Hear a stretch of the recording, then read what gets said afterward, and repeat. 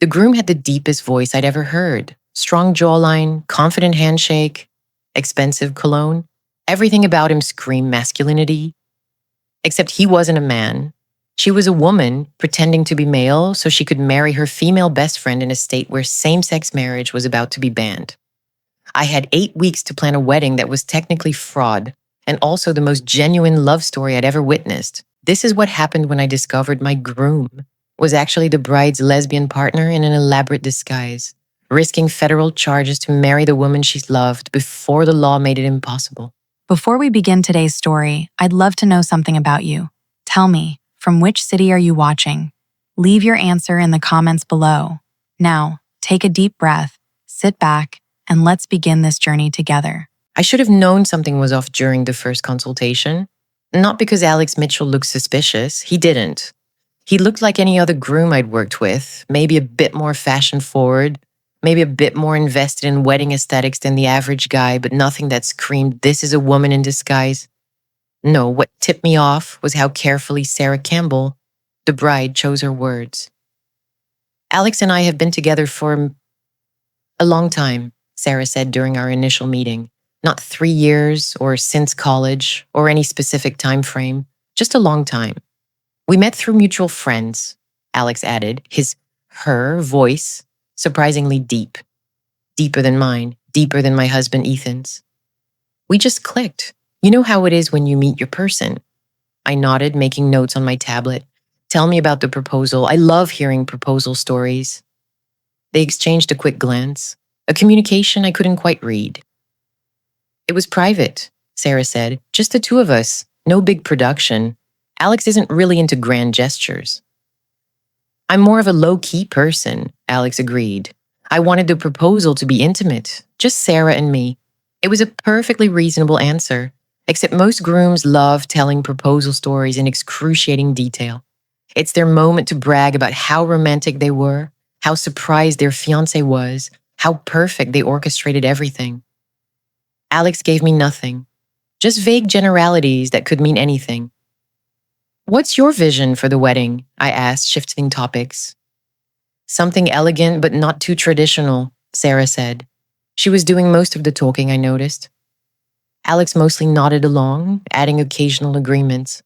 "About 100 guests, we're thinking November 10th.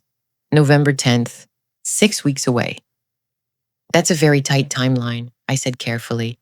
"Most couples book wedding vendors 6 months to a year in advance, especially for November. That's peak wedding season. Is there a reason for the rush?" Another glance between them, another silent conversation. "We just don't want to wait," Sarah said. "We've been engaged for a while. We're ready to be married. Why put it off?" It was the third time they'd been vague about timelines. No specific engagement date, no specific relationship duration, just generalities that made me think they were hiding something. "I can work with November 10th, I said, "but you'll need to be flexible about vendors. A lot of the top-tier people are already booked." "What's your budget?" $50,000, Alex said immediately. No hesitation, no consultation with Sarah. "We want quality, but we're not trying to break the bank. Comfortable middle ground." $50,000 for a wedding with 6 weeks' notice was ambitious but doable. "Tell me about your families," I said. "Will they be involved in the planning?" "My family's very supportive," Sarah said. "My mom's excited. My dad's traditional, but happy for us. Alex's family. They're not in the picture." "My parents passed away," Alex said smoothly. "Car accident when I was in college. No siblings. Sarah's family has kind of adopted me." I made a note. "Groom has no family attending, only bride's family." "I'm sorry for your loss," I said. "That must have been difficult." "It was a long time ago." Alex's voice remained steady, unemotional, practiced, too practiced, I thought. That's like someone who'd told this lie many times before. We spent another hour discussing details. Venue preferences. They'd already booked a small historic mansion. Flower choices. Sarah wanted wildflowers. Alex deferred to her preferences. Catering. They both wanted comfort food rather than fancy cuisine. Music. Alex had strong opinions about avoiding traditional wedding songs. Throughout the meeting, I observed their body language. Sarah was nervous, fidgety. She kept glancing at Alex like she was checking for approval or reassurance. Alex was calm, confident, controlled. Her posture was masculine, legs spread slightly, taking up space, leaning back in the chair. Masculine mannerisms I'd seen in 1,000 grooms. But there was something else, something I couldn't quite identify. The way Alex's hands moved, expressive, graceful, more theatrical than most men. The way she tilted his head when listening. The way his eyes tracked details in my office, the flowers, the fabric samples, the wedding magazines, with an attention to aesthetics that most grooms didn't have. None of it was definitive. Plenty of men are expressive and detail-oriented, but it nagged at me. As they were leaving, I shook both their hands. Sarah's grip was standard, feminine, brief, polite. Alex's grip was firm, deliberate, masculine, but Alex's hands were small, smaller than mine. Delicate bone structure despite the firm grip. I watched them walk to their car, a practical Honda Civic, nothing flashy. Alex opened the door. For Sarah, chivalrous, traditionally masculine. They drove away and I stood in my office doorway thinking, something about that groom isn't right. I couldn't articulate what. Just a feeling. An instinct honed by 23 years of watching couples, reading body language, noticing patterns. Something was off. I did what I always do when my instincts scream. I investigated. LinkedIn first, always LinkedIn. Sarah Campbell, easy to find. 29 years old, graphic designer, worked for a marketing firm downtown, normal professional profile. Her relationship status wasn't listed, but her profile photo showed her alone. No couple shots. Alex Mitchell, more complicated. There were 3 Alex Mitchells in Chicago. One was 67 years old, not our groom. One was 19, too young. The third was 31, worked in IT, had a generic professional headshot. I clicked on the IT Alex Mitchell's profile, male, graduated from University of Illinois in computer science, worked at a tech company. But the photo didn't quite match. Similar features, similar styling, but something was different about the face, rounder, softer. I couldn't tell. I moved to Facebook, Instagram, Twitter. Alex Mitchell's social media was sparse. Facebook account with minimal activity, no photos, a few generic posts about technology, no relationship status listed. Instagram was private. Twitter didn't exist. That was unusual. Most people my client's age have robust social media presences, photos from college, tagged photos with friends, years of digital history. Alex Mitchell had almost nothing. Sarah Campbell's social media was more revealing. Her Facebook was semi-private, but I could see her profile pictures going back years.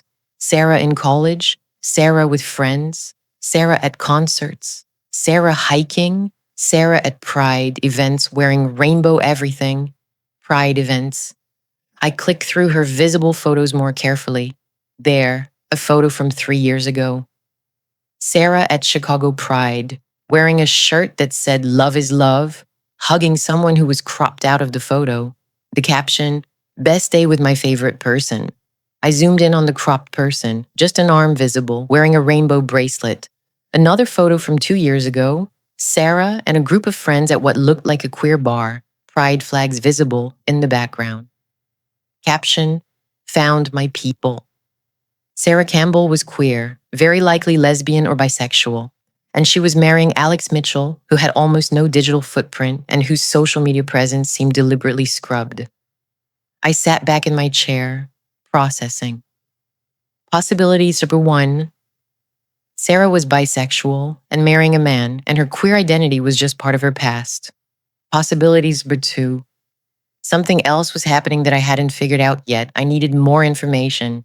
Sarah's dress appointment was scheduled for October 2nd at Bella Bridal, one of my preferred designers. She'd invited me to attend. Many brides like having their planner there for major decisions, and I'd agreed, hoping to learn more about this couple. "Is Alex coming?"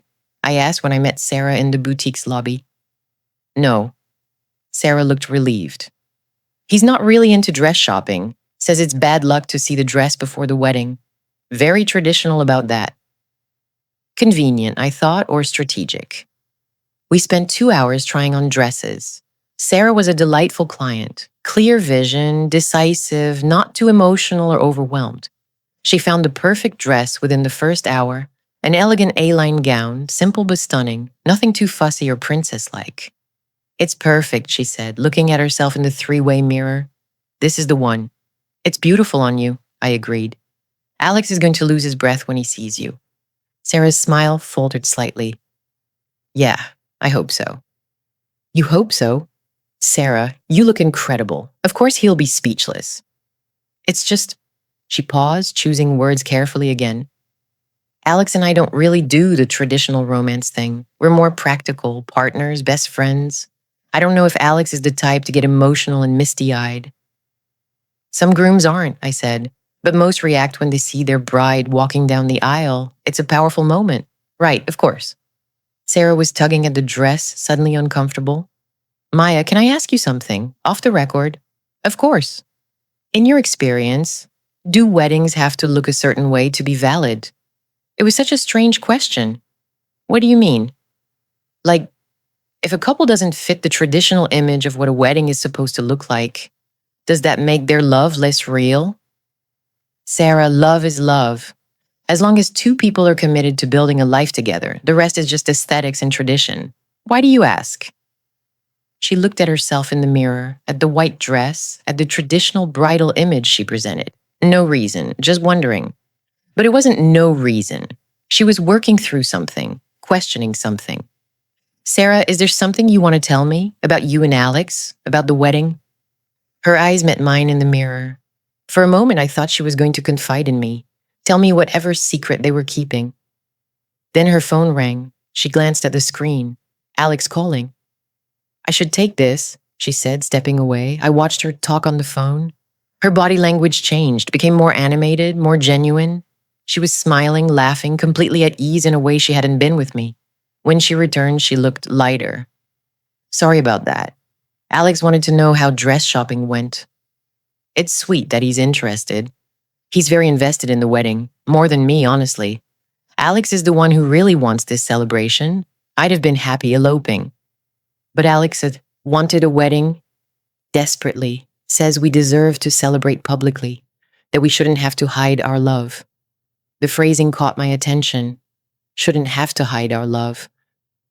Why would they need to hide their love? They were an engaged heterosexual couple planning a traditional wedding. What was there to hide, unless they weren't what they appeared to be? I helped Sarah complete the dress purchase and scheduled alterations.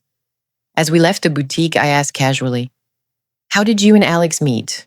You mentioned mutual friends, but I'd love to hear the full story. Sarah's face softened. We met at a support group for people dealing with family rejection.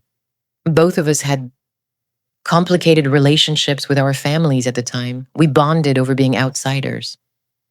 A support group for family rejection. Was this a specific type of group?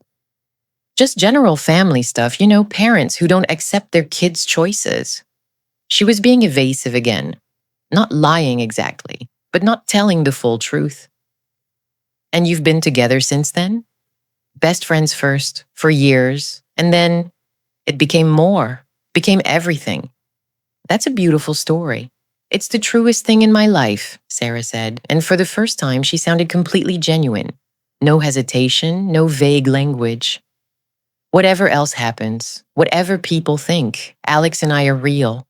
Our love is real. That's the only thing that matters. She said it like she was trying to convince herself as much as inform me. The break in the case came at Alex's tuxedo fitting. Alex had scheduled the appointment at a high-end men's formal wear shop downtown. I'd offered to attend just to make sure everything coordinates with Sarah's dress and the wedding aesthetic, and Alex had agreed. I arrived at the shop to find Alex already there, being measured by the tailor. Maya, good timing. We're just getting started. I watched the tailor work. He was professional, efficient, taking measurements with practice ease. But I noticed something. The way he measured Alex's chest. The way he paused, looked confused, made a note, measured again. Sir, have you been measured for a tuxedo before? The tailor asked. A few times for formal events. Your measurements are unusual.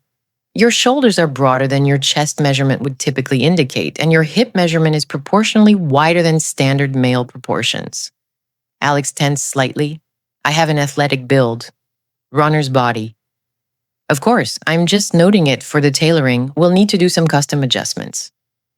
The tailor continued measuring.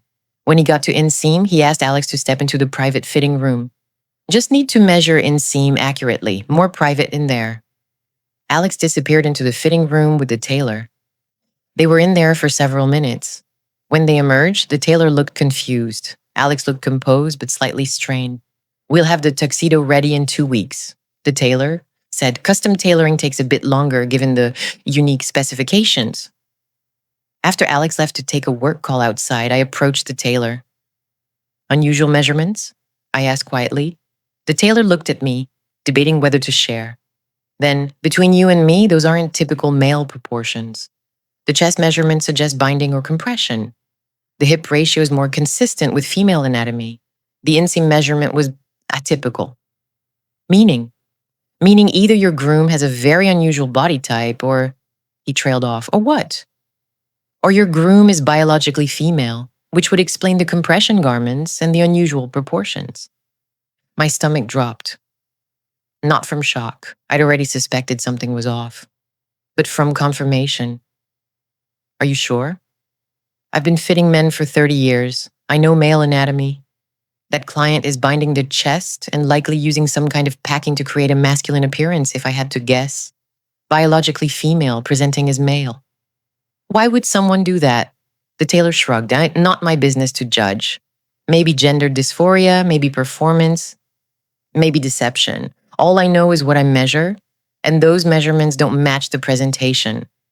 After Alex returned and finalized tuxedo details, we left the shop together. Everything okay with the fitting? I asked casually. Perfect. The tailor's a pro. He knows how to work with different body types. You mentioned you're a runner? Is that why your build is different than typical? Yeah, distance runner. Marathons. Builds certain muscles, shrinks others, makes finding clothes complicated. It was a reasonable explanation.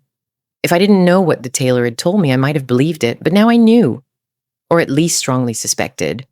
Alex Mitchell, the groom, was biologically female, which meant this wasn't a traditional heterosexual wedding, which meant Sarah Campbell's queer identity wasn't in her past, which meant… What? What was happening here? I spent 3 days debating whether to confront them. On one hand, they were adults planning a wedding. If Alex was transgender or gender nonconforming or simply presenting as male for a reason I didn't understand, that was their business. On the other hand, I'm a wedding planner. I need accurate information to do my job. And if they were hiding something this fundamental, what else weren't they telling me? More importantly, was this legal? Was I participating in fraud by helping plan a wedding where one party was misrepresenting their identity? I consulted with Marcus Feldman, my attorney who'd helped with the immigration case. Marcus, hypothetically, if I discovered a client was planning a wedding under a false identity, not for immigration fraud, but for other reasons, what are my obligations? Depends on the specifics. What kind of false identity? Gender identity. Specifically a person who's biologically female but presenting as male in order to marry a woman. Marcus was quiet for a moment. When's the wedding? 4 weeks. What state? Illinois. Then it's perfectly legal. Illinois legalized same-sex marriage in 2014. 2 women can marry openly and legally. There's no reason to disguise gender.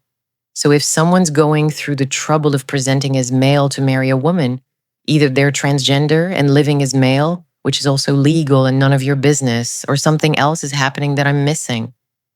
What if they're doing it to avoid family conflict or societal judgment? Still legal, lying to family isn't a crime. Social deception isn't fraud unless there's financial harm or intent to deceive for material gain. From a legal standpoint, you're probably fine. From an ethical standpoint, he paused. That's murkier. Explain. If someone is deliberately misrepresenting their identity to you as their wedding planner, you have a right to accurate information. You're entering into a business contract based on the information they provide. If that information is false, the contract could be considered void. But more importantly, you have a right to decide whether you want to participate in a wedding that involves deception, even legal deception. So I should confront them? I think you should have an honest conversation. Ask direct questions, see if they're willing to tell you the truth. Then decide if you want to continue working with them based on that truth. I scheduled a meeting with Alex and Sarah for October 24th, 4 weeks before the wedding. They arrived at my office together, both looking nervous. Somehow they knew I'd figured something out. Thanks for meeting with me, I said, closing the office door. I need to ask you both some questions, and I need honest answers.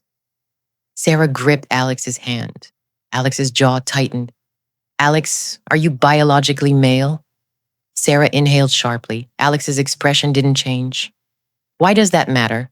Alex asked, voice carefully controlled. Because I've been planning a wedding based on information that I now believe is false. The tuxedo tailor noted unusual measurements. Your social media presence is nearly non-existent. Sarah's history includes pride events and queer community involvement. And you've both been evasive about basic information like how long you've been together and when you got engaged. I need to know what's actually happening here. They exchanged a long look, a whole conversation in silence. Finally, Sarah spoke. Alex isn't biologically male. She paused, looking at Alex for permission. I'm female, Alex said, and his her voice cracked slightly, not from emotion, but from vocal strain. Biologically female. I've been presenting as male for this wedding process. Why? Because my family would kill me if they knew I was marrying a woman, Sarah said, tears forming. My parents are Catholic, traditional. They barely accept that I'm friends with Alex. If they knew we were romantic, if they knew we were in love, they'd disown me, cut me off completely. I'd lose my entire family. So you're having Alex present as male to make your family comfortable? It's more complicated than that, Alex said. Sarah's family knows me as Alex the male friend. I've been presenting as male around them for 3 years. I'm naturally androgynous, deeper voice, can pass easily with the right styling. When Sarah and I realized we wanted to get married, we had 2 choices. Come out to her family and risk losing them, or continue the presentation and have a wedding where everyone can celebrate without conflict. You're planning to marry in front of Sarah's family while they think Alex is male. Yes, Sarah admitted. It's deception, we know that, but Illinois legalized same-sex marriage. That was our safety net. We could live openly, be legally married, build our life together, but now, she trailed off. Now what? Now there's a ballot measure in November, Alex said, Proposition 7. If it passes, it would ban same-sex marriage in Illinois and invalidate existing same-sex marriages. The vote is November 12th. Our wedding is November 10th. The timeline suddenly made sense. You're racing to get married before Prop 7 potentially passes. Yes. And we can't come out to Sarah's family because if we do, they won't attend. They'll try to stop the wedding. But if we get legally married before the vote, even if Prop 7 passes, our marriage might be grandfathered in. Legal experts aren't sure. But not being married at all would be worse. I processed this information. So you're planning a wedding where Sarah's family thinks they're witnessing a heterosexual marriage, but it's actually a same-sex marriage happening under disguise. Yes, they both said. I don't even know what that is. It's survival, Sarah said. It's 2 women who love each other trying to protect their relationship and maintain family connections in a system that forces us to choose between authenticity and acceptance. Alex added, we know it's not ideal. We know it's deceptive. But Maya, if Prop 7 passes, Sarah and I might never get another chance to legally marry. This might be our only window. And we can't do it openly because Sarah's family would rather disown her than accept a same-sex marriage. What happens after the wedding, when Sarah's family finds out? They won't, Sarah said. Legally, the marriage license will show both our legal names, Sarah Campbell and Alexandra Mitchell. Alexandra can be shortened to Alex. The marriage will be legal and same-sex, but my family will never look at the legal documents. They'll just see the wedding, see me marry Alex the man, and think everything is traditional. That's a huge deception to maintain. I know, but what's the alternative? Come out, lose my family, and risk not being able to marry at all if Prop 7 passes? We've chosen the path that lets us have both legal marriage and family presence. It's not perfect, but nothing about being queer in a conservative family is perfect. I sat with this for a long moment. Let me make sure I understand. You're both women. You love each other. You want to marry legally before a potential same-sex marriage ban. But Sarah's family doesn't know she's queer, so Alex has been presenting as male around them for years. And you're planning to continue that presentation through the wedding so Sarah's family will attend and celebrate without knowing they're actually attending a same-sex wedding. Yes, that's the most elaborate closet situation I've ever encountered. Welcome to being queer in America, Alex said dryly. I stood up and walked to my office window, looking out at the Chicago skyline. I need to think about whether I can ethically participate in this. We understand, Sarah said. If you need to back out, we'll find another planner. We don't want to force you to do something you're uncomfortable with. It's not about discomfort. It's about, I don't even know what it's about. You're deceiving your family, but for understandable reasons. You're planning a legal wedding, but under false pretenses. I pride myself on honesty and integrity, but I also understand survival strategies in homophobic environments. I turned back to face them. Help me understand something. After the wedding, what's the long-term plan? You stay married, but Sarah's family thinks she's in a heterosexual marriage? We'll move away eventually, Sarah said. In a few years, when we're more financially stable, we'll relocate to a different city, somewhere more progressive, start fresh, where we can be openly us. So you're planning to maintain this deception for years?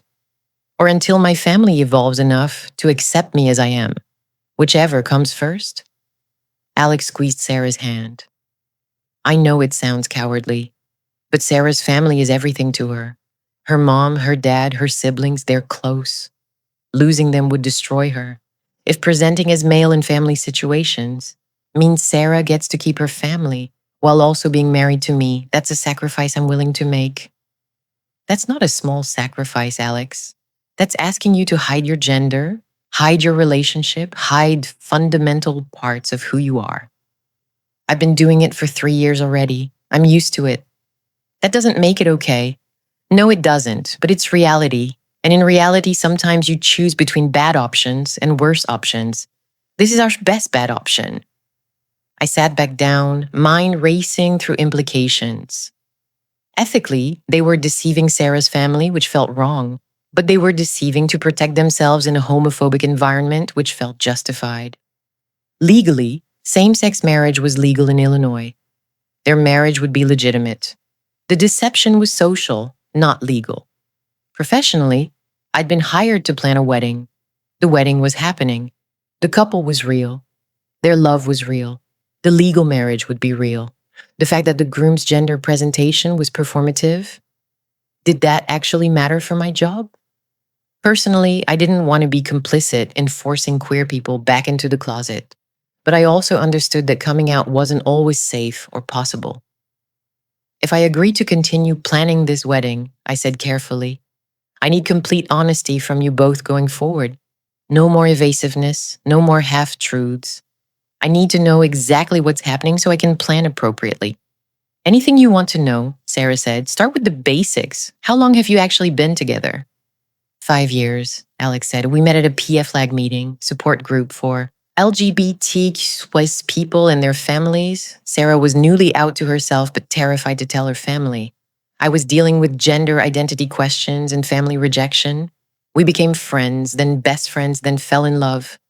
And your name, is it Alex or Alexandra? Legally Alexandra. I was named after my grandmother. But I've gone by Alex since I was a kid. It's genuinely my name, not a disguise. The masculine presentation is new. That started 3 years ago when I realized Sarah could never come out to her family as long as they thought she was dating a woman. But if I presented as male, suddenly we could be together openly, just not authentically. So you change your entire gender presentation. For Sarah's family, I changed my presentation in front of Sarah's family. In the rest of my life, with my friends at work in queer spaces, I present however I want. Sometimes masculine, sometimes feminine, sometimes neither. I'm gender fluid, actually. The masculine presentation isn't fake, exactly. It's just one aspect of who I am, amplified and performed for a specific audience. And Sarah's family has never suspected? Sarah shook her head. Alex is convincing. Deep voice, androgynous features, confident masculine energy. My family sees what they expect to see. A nice young man who treats me well. They've never questioned it. What about the wedding itself? How are you planning to maintain the illusion with 100 guests? Most guests are Sarah's family and their friends, Alex explained. People who already know me as male. The rest are our queer friends who know the truth and will play along. It's a strange wedding where half the guests think they're at a heterosexual wedding and half know they're at a same-sex wedding disguised as a heterosexual wedding. That's incredibly complex. It's being queer, Alex said. You get good at code switching, at managing different audiences, at being multiple versions of yourself depending on who's watching. I thought about this for a long moment. Then, why did you hire me? Why not work with a wedding planner who's openly LGBTQ plus friendly and would have understood the situation from the beginning? Because we needed someone who could plan a convincing traditional wedding, Sarah said. Someone who wouldn't raise red flags with my family. When they asked about the planner, if we'd hired someone from an explicitly queer-friendly company, my mom would have asked questions. You're established, professional, mainstream. You make the wedding look legitimate to traditional families.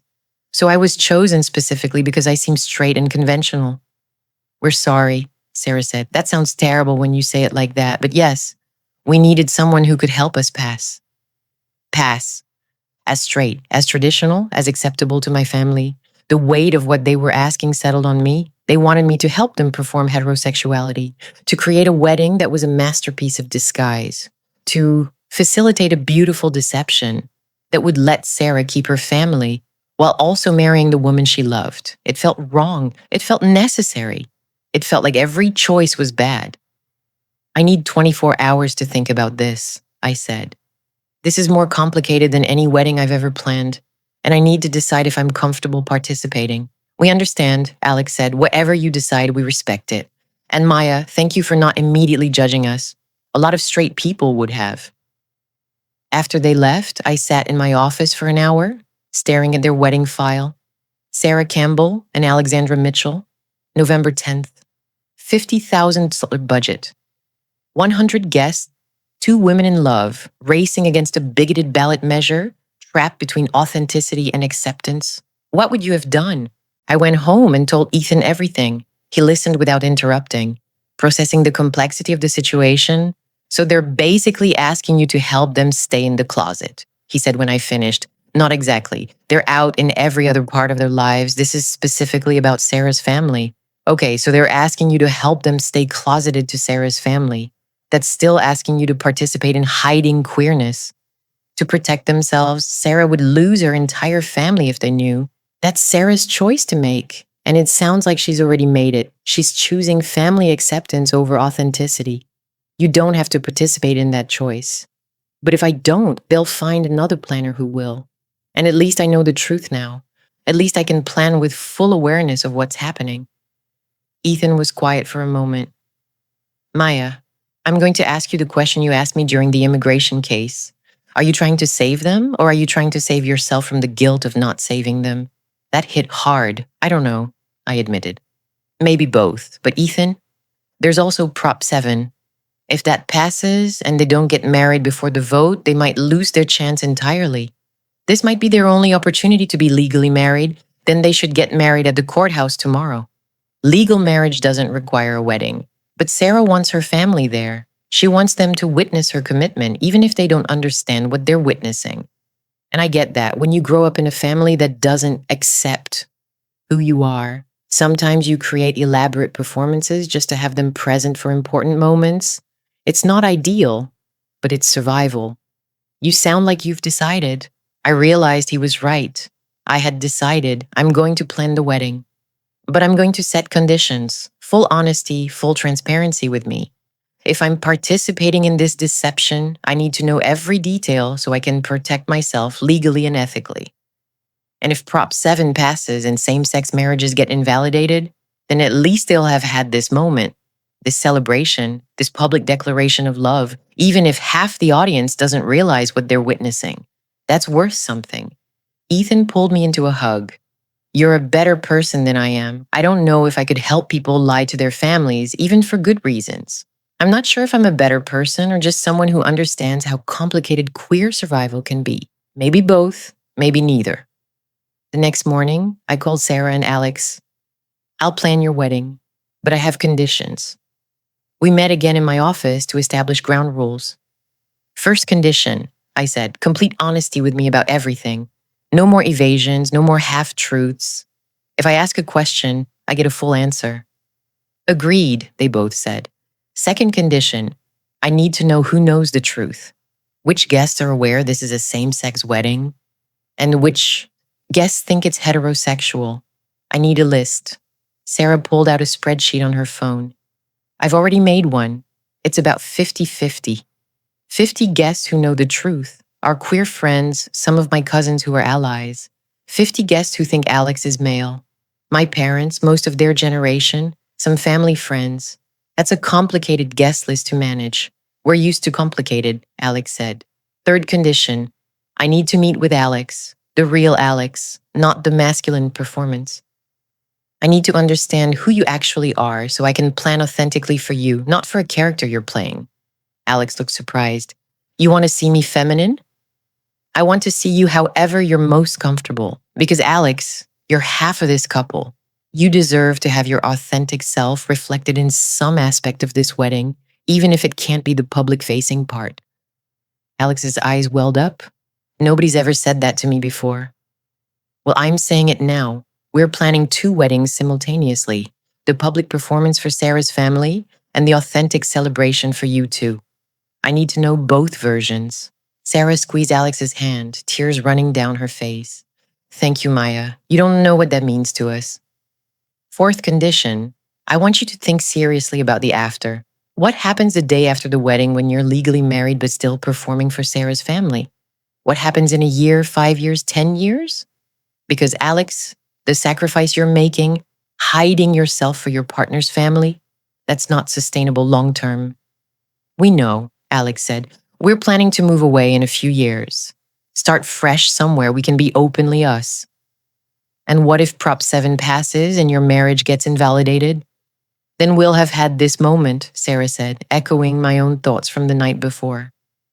We'll have stood in front of people we love and declared our commitment. Legal or not, that matters. Okay. Fifth and final condition. If at any point either of you decides you can't go through with this performance, if it becomes too painful or too complicated, you can call it off. No judgment from me. I'll support whatever decision you make, including canceling the wedding. We won't cancel, Sarah said firmly. This is happening. We're getting married November 10th, one way or another. Then let's plan a wedding, I said. 3 days later, I met Alex at a coffee shop in Boys Town, Chicago's gay boyhood. The person who walked in was not the Alex I'd been meeting with for weeks. This Alex wore a flowing feminine dress, long hair, previously tucked away or hidden under short masculine styling, softer makeup emphasizing features rather than masculinizing them, and moved with a completely different energy. She was beautiful, radiant, visibly more comfortable in her skin than masculine Alex had ever been. Hi, Maya, she said, her voice still deep but less performatively so. This is me, the real me. You're beautiful. Thank you. It feels good to not have to perform for you. We ordered coffee and sat in a quiet corner. Tell me about yourself, not bride's masculine fiancé Alex, the real you. Alex took a breath. My name is Alexandra Mitchell, but I've gone by Alex since I was 6. I'm 28 years old. I'm genderfluid. Some days I feel masculine, some days feminine, some days neither. I work as a software engineer. I love poetry, cooking, and hiking. I've been in love with Sarah for 5 years, but I've been pretending to be a man around her family for 3 of those years because it was the only way she could keep both me and them. Does anyone in your life know the full truth? My queer friends, yes. They've seen all my gender presentations. My co-workers know me as somewhat androgynous, but mostly masculine, because it's easier in tech. Sarah's family knows me as fully male. It's exhausting keeping track of who knows what version of me. I can imagine. Alex, I need to ask, are you transgender? Is masculine Alex who you want to be permanently? No. Masculine Alex is a performance, a role I play. I don't have dysphoria about my body. I'm comfortable being female-bodied. But I'm also comfortable presenting as masculine when needed. Gender is fluid for me. The rigid masculine presentation for Sarah's family isn't authentic, but it's not entirely fake either. It's just one possibility of who I can be, exaggerated and performed. That's a really nuanced understanding of gender. I've had a lot of therapy, Alex said with a slight smile, and a lot of time in queer community spaces where fluid gender expression is normalized. I know who I am. I just wish I could be that person everywhere, with everyone. Someday you will be. Maybe. If Prop 7 doesn't pass, if Sarah's family eventually evolves, if we can build a life where we don't have to hide, that's the dream anyway. Tell me about the wedding from your perspective. Not the performance wedding, but what you actually want to experience on that day. Alex's face transformed. I want to marry Sarah. I want to stand in front of people and declare that she's my person, my partner, my everything. I want to wear a tuxedo because I actually love formal menswear. That part isn't performance. I want Sarah in a beautiful dress. I want our queer friends there celebrating with us, knowing the truth. And I want Sarah's family there too, even if they're celebrating something they don't fully understand. Because Sarah needs them there. It's complicated, but it's what I want. What if you could have a second ceremony? A private one just for queer friends, where you could both present however you wanted. Would that help? Alex's eyes lit up. We hadn't thought of that, but yes. God, yes. A ceremony where I could be feminine or androgynous or however I'm feeling that day, where Sarah could introduce me as her wife instead of her husband, where we could say vows that reflect our actual relationship. That would be incredible. Then that's what we're doing. 2 ceremonies, November 10th for Sarah's family and the legal aspect, and then when would work for just queer friends. November 11th, the day after, before we know the Prop 7 results. Perfect. We'll plan 2 weddings. The performative one and the authentic one. You deserve both. Alex started crying. Maya, I don't know how to thank you. You don't have to thank me. You just have to let me do my job, which is creating celebrations that honor the people getting married. And you and Sarah deserve to be honored, not just tolerated. Over the next week, I plan 2 completely different ceremonies. Wedding number 1, November 10th. The performance venue, historic mansion, already booked. Guest count 100, mixed awareness. Attire, Sarah in white wedding dress, Alex in masculine tuxedo ceremony, traditional heterosexual presenting wedding vows.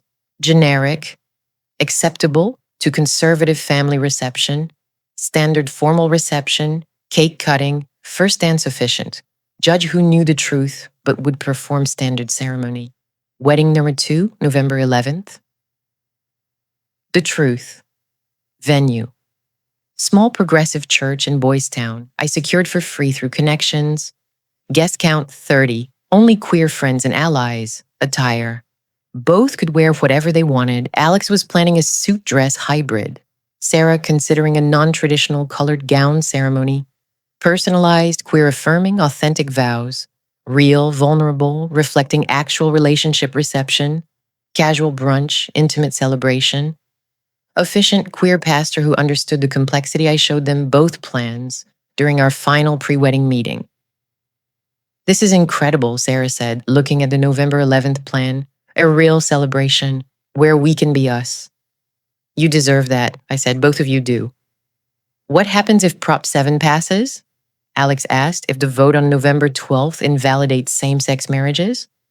Then at least you'll have been legally married for 48 hours. You'll have proof that your marriage existed, even if the state stops recognizing it. And you'll have 2 ceremonies, one that satisfied social obligations, one that satisfied your souls. That's all we can ask for, Sarah said. Alex looked at me with an expression I couldn't quite read. Maya, can I ask you something? Why are you doing this, really? You're going way beyond what a wedding planner typically does. I thought about that question, about Lauren and the poisoning, about David and the bigamy, about the Chen family and deportation, About all the weddings where I'd been more than a planner. I'd been a witness, an advocate, a guardian. Because weddings aren't just about flowers and timelines, I said, and they're about people trying to build lives together in a world that doesn't always want them to succeed. And sometimes the most important thing I can do is help people succeed despite that world. You and Sarah are trying to love each other in a society that forces you to choose between authenticity and family. I can't fix that system, but I can help you navigate it. That's worth doing. November 10th arrived faster than any of us expected. The day dawned cold and clear, perfect weather for a wedding that was anything but perfect. Half the guests would witness a heterosexual marriage that was actually same sex. The other half would knowingly participate in an elaborate performance. And somewhere in the middle, two women who loved each other would legally bind themselves together, hoping the law wouldn't tear them apart 2 days later. In part 3, I'll tell you about the wedding day itself, about Sarah's conservative Catholic mother, crying tears of joy while unknowingly attending her daughter's same-sex wedding, about Alex maintaining masculine presentation for hours while dying to reveal her authentic self, about the guests who knew the truth and the guests who didn't, all celebrating in the same room, about the moment during the ceremony when Alex nearly broke character, when Sarah almost confessed the truth to her mother, when everything almost fell apart, about the legal marriage certificate that said Sarah Campbell and Alexandra Mitchell, both female, being filed, while Sarah's family assumed it said Sarah Campbell and Alexander Mitchell, male. And about the next day, November 11th, when 30 queer friends gathered in a progressive church to watch Sarah and Alex marry again, this time authentically, this time without performance, this time as themselves. Because sometimes you have to get married twice, once for survival, once for truth. And sometimes the wedding planner's job is holding space for both. 72 hours until Prop 7 vote, 48 hours until potential marriage invalidation, 24 hours until the authentic ceremony, 6 hours until the performance begins. I arrived at the historic mansion at 7 a.m. to oversee setup. Everything had to be perfect, not just aesthetically perfect, though that mattered, but perfect in the performance. Every detail had to read as traditionally heterosexual to Sarah's family, while also honoring the truth for the queer guests who understood what they were actually witnessing. It was the most complicated wedding I'd ever planned, and I'd planned a bigamist's arrest and a deportation goodbye. The mansion looked stunning. I'd chosen wildflowers for the arrangements, Sarah's preference, but also a subtle nod to queer history, wildflowers as symbols of growth outside traditional gardens. The color palette was cream, sage green, and dusty blue, neutral enough to read as traditional, meaningful enough for those who knew that blue was often associated with queer identity. Every choice was coded, visible to those who understood, invisible to those who didn't. Sarah arrived at 9 a.m. with her bridal party, her sister Michelle as maid of honor, 3 bridesmaids, and her mother. Mrs. Campbell was exactly what I'd expected: elegant, traditional, slightly controlling, deeply Catholic. She fussed over every detail, making sure everything was proper and dignified. "My daughter deserves a beautiful wedding," she said to me, adjusting Sarah's veil for the 3rd time. "She's marrying such a nice young man. Alex is everything we could have hoped for: respectful, hardworking, devoted to Sarah. We're so blessed." Sarah caught my eye in the mirror. The pain in her expression was visible for just a second before she masked it with a smile. "Thanks, Mom. I'm lucky. You both are. It's so rare to find real love these days. When you know, and you and Alex clearly know." If only you understood what you actually know, I thought. Alex arrived at 10:30 a.m. for hair and styling in a separate suite. The transformation was remarkable. The stylist, someone I'd carefully selected who understood the assignment, worked on Alex's hair, using gel and precision cutting to create a perfectly masculine style. Subtle contouring on Alex's face emphasized jaw structure and minimized softer features. The chest was bound flat with professional-grade compression garments that would hold for hours without causing pain. I watched Alex become masculine Alex in real time. Each adjustment made her look less like herself and more like the character she'd been performing. "You okay?" I asked when the stylist stepped out. "I'm fine." Alex's voice was carefully controlled. Deep, masculine, performative. Alex, you don't have to perform for me. We're alone. The mask cracked slightly. I have to practice. If I break character for even a second in front of Sarah's family, I know, but right now, in this room, you can breathe. Alex's shoulders dropped. Her voice softened. Thank you. It helps to have someone who knows I'm acting. Otherwise, I start forgetting where the performance ends and I begin. That's dissociation. That's what happens when you perform identity for too long. Story of my life. Just remember, tomorrow you get to be you. Completely authentically you. This is temporary. If Prop 7 doesn't pass, even if it does, the authentic wedding happens regardless of what the ballot says. Your love is real whether the government recognizes it or not. Alex's eyes welled up. Don't make me cry. I'll ruin the makeup. Then don't think about tomorrow. Think about tonight. You're marrying Sarah, legally, officially, permanently. Focus on that. 4 hours until legal marriage, 2 hours until potential character break, 30 minutes until vows. At 1:45 p.m., guests began arriving. I'd created a seating chart that was a masterpiece of strategic placement. Sarah's conservative family on the left side, parents, grandparents, aunts, uncles, family friends who thought they were witnessing a heterosexual wedding. Queer friends and knowing allies on the right side. The people who understood this was a same-sex marriage disguised as opposite sex. In the middle, scattered strategically, was Sarah's younger cousins and some work friends.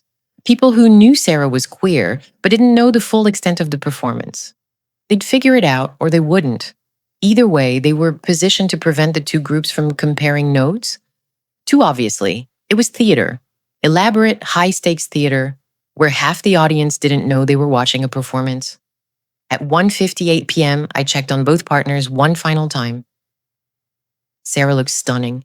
Her dress was perfect, her hair was elegant, her makeup emphasized her natural beauty. She looked like every traditional bride in every bridal magazine. She also looked terrified.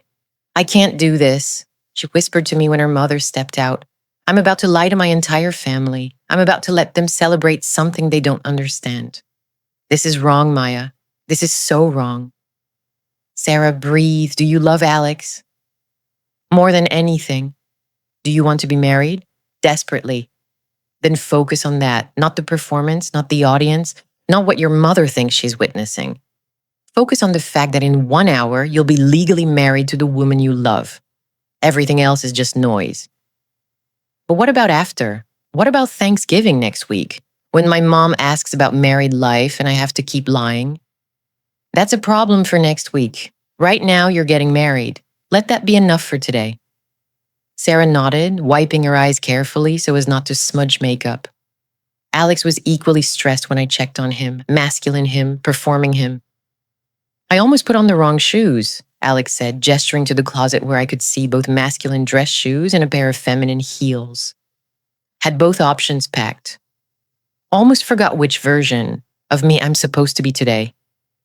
That's the dissociation again. You're juggling too many identities. I'm juggling survival.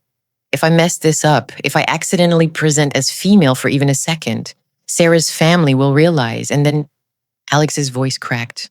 And then Sarah loses everything, her family, her wedding, her legal marriage, all because I couldn't maintain character for one day.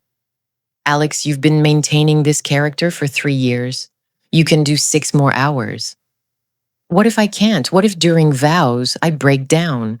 What if Sarah's mom hugs me after the ceremony and feels the chest binding? What if someone figures it out and ruins everything?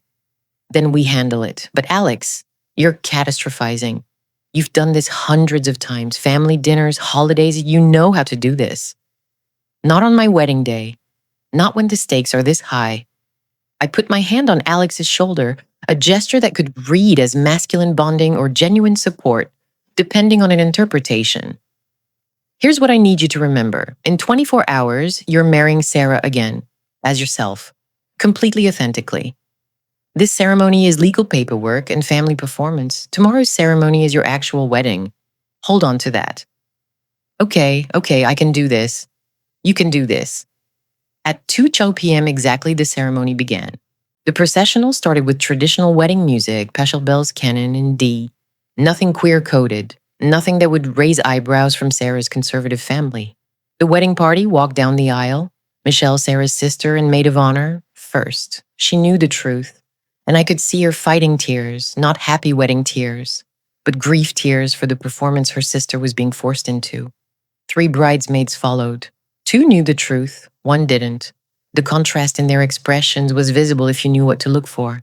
Then Alex, masculine presenting, perfectly tailored tuxedo, confident stride, every inch the groom Sarah's family expected to see. He walked to the altar with his best man, a queer friend who knew the truth, playing the part of supportive groomsman.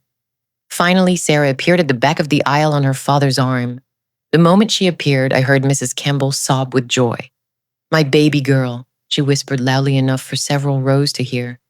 If only she knew her baby girl was marrying another woman, not the man she thought she saw at the altar. Sarah walked down the aisle, and I watched multiple storylines unfold simultaneously. Sarah's mother, crying happy tears, seeing her daughter marry a nice young man, completely oblivious to the truth, fulfilled that her daughter was following a traditional path. Sarah's sister, Michelle, crying sad tears, knowing her sister was performing heterosexuality to avoid family rejection, wishing Sarah could be authentic, grieving the wedding this should have been. The queer guest on the right side, crying complicated tears, happy that Sarah and Alex were getting legally married, sad that it required this elaborate disguise, angry that the system forced this choice, supportive of their friend's survival strategy. Sarah herself walking toward her partner with a smile that was simultaneously genuine, she was marrying Alex, and tragic but not as herself, and not honestly. When Sarah reached the altar, her father lifted her veil, kissed her cheek, and shook Alex's hand, man to man, father to son-in-law. "Take care of my daughter," he said to Alex. "I will, I promise." Alex's voice was steady, masculine, convincing, and technically true. Alex would take care of Sarah, just not in the way Mr. Campbell thought. The officiant, Judge Patricia Chen, no relation to Detective Chen from previous cases, who I'd specifically chosen because she knew the truth and would perform the ceremony without judgment, began. "Dearly beloved, we are gathered here today to witness the union of Sarah Campbell and Alexandra Mitchell in marriage." I watched Sarah's mother's face. She registered Alexandra, but didn't question it. Alexandra, Alexander, close enough. Must be Alex's formal name. She had no idea the marriage certificate would say Alexandra Mitchell, female, and create a legally same-sex marriage. "Marriage is a commitment between 2 people," Judge Chen continued, carefully using gender-neutral language, "who choose to build a life together. Sarah and Alexandra have chosen each other. They have chosen partnership, commitment, and love. Today, we celebrate that choice." Every word was coded. 2 people instead of man and woman. Alexandra instead of Alexander. They instead of he and she. For Sarah's family, it sounded like standard modern ceremony language, inclusive but not specifically queer. For the knowing guest, it was deliberately, carefully, beautifully queer affirming. "Sarah and Alexandra have written their own vows," Judge Chen said. "Sarah, would you like to begin?" Sarah took a breath, looked at Alex, and spoke. "Alex, when I met you 5 years ago, I was lost. I didn't know who I was. I didn't know what I wanted. I didn't know how to be myself in a world that expected me to be someone else. You taught me that authenticity matters, that being true to yourself is worth any cost, that love, real love, accepts people as they are, not as they are expected to be." Mrs. Campbell was nodding along, hearing a sweet love story. The queer guests were barely holding it together, hearing Sarah's barely coded coming out speech. "You've been my partner through everything," Sarah continued, her voice shaking now, "through fear and doubt and moments when I wanted to give up. You never asked me to be anything other than myself. You never demanded I choose between you and the people I love. You just loved me completely, unconditionally, and today I'm choosing you forever." It was beautiful. It was tragic. It was a wedding vow that simultaneously honored their love and acknowledged the performance they were trapped in. Alex took a deep breath. When Alex spoke, I watched carefully for any break in character, any moment where the masculine performance would slip. Sarah, you are the bravest person I know. You face impossible choices every day. You navigate between different worlds. You make sacrifices most people can't even imagine. And through all of it, you remain kind, generous, full of love. I promise to stand beside you through whatever comes. I promise to be your partner, your support, your safe place. I promise to love every part of you, the parts you show the world and the parts you keep hidden. All of you, always. Mrs. Campbell was crying. That's beautiful, she whispered to her husband. The queer guests were sobbing because they understood what Alex was actually promising: to love Sarah even when Sarah couldn't be fully herself, to be a safe place when the rest of the world wasn't, to honor the hidden parts that Sarah's family would reject. Do you, Sarah Campbell, take Alexandra Mitchell to be your lawfully wedded spouse? I do. Sarah's voice was clear, strong, certain. Do you, Alexandra Mitchell, take Sarah Campbell to be your lawfully wedded spouse? I do. Alex's masculine voice was equally certain. By the power vested in me by the state of Illinois, I now pronounce you married. You may seal your commitment with a kiss. Alex and Sarah kissed. A careful, appropriate kiss. Not too passionate. Would scandalize Sarah's family. Not too perfunctory. Would seem cold to queer guests. Just right. A kiss that could mean everything or nothing depending on who was watching. The audience applauded. Mrs. Campbell beamed. The queer guests cheered with an edge of relief. They'd gotten through the ceremony without disaster. Judge Chen smiled. Ladies and gentlemen, I present to you the newly married couple. Not Mr. and Mrs., not husband and wife. Just the newly married couple. Sarah and Alex walked back down the aisle as married people, legally, officially, permanently married, at least until November 12th, when Prop 7 votes were counted. 28 hours until Prop 7 vote, 16 hours until authentic ceremony, 5 hours until exhaustion wins. The reception was held in the mansion's ballroom. 100 guests, 50 who thought they were at a heterosexual wedding, 50 who knew they were at an elaborately disguised same-sex wedding, all eating the same dinner, drinking the same champagne, dancing to the same music, but experiencing completely different events. I watched it unfold like a sociological experiment. Sarah's mother's table, discussing how handsome the groom looked, how beautiful the bride was, how perfect they were together, how excited they were about future grandchildren. I watched Sarah physically flinch at that comment. The queer friends table, discussing how exhausting this performance must be, how unjust that Sarah and Alex had to do this, how much they couldn't wait for tomorrow's authentic ceremony, how proud they were that their friends were surviving this with grace. The mixed awareness middle table, some people catching on that something was unusual, others remaining oblivious, a few whispering questions like, wait, is the groom's legal name Alexandra? And being shushed by people who didn't want to draw attention. During dinner, I sat with Sarah's sister, Michelle, who looked emotionally wrecked. This is killing me, Michelle whispered. Watching my sister marry the love of her life while pretending to be something she's not. Watching my parents celebrate without understanding what they're actually celebrating. I hate this. But Sarah and Alex are legally married now. That's real. For how long? If Prop 7 passes, then at least they had this. At least the marriage existed, even if it gets invalidated. That's not enough. No, I agreed. It's not. But it's what they have. At 6:00 p.m., toast began. Michelle stood as maid of honor, gripping her champagne glass so tightly I thought it might shatter. Sarah is my little sister, Michelle began, voice shaking. Growing up, I watched her try so hard to be what everyone expected. To fit in, to be normal, to be accepted.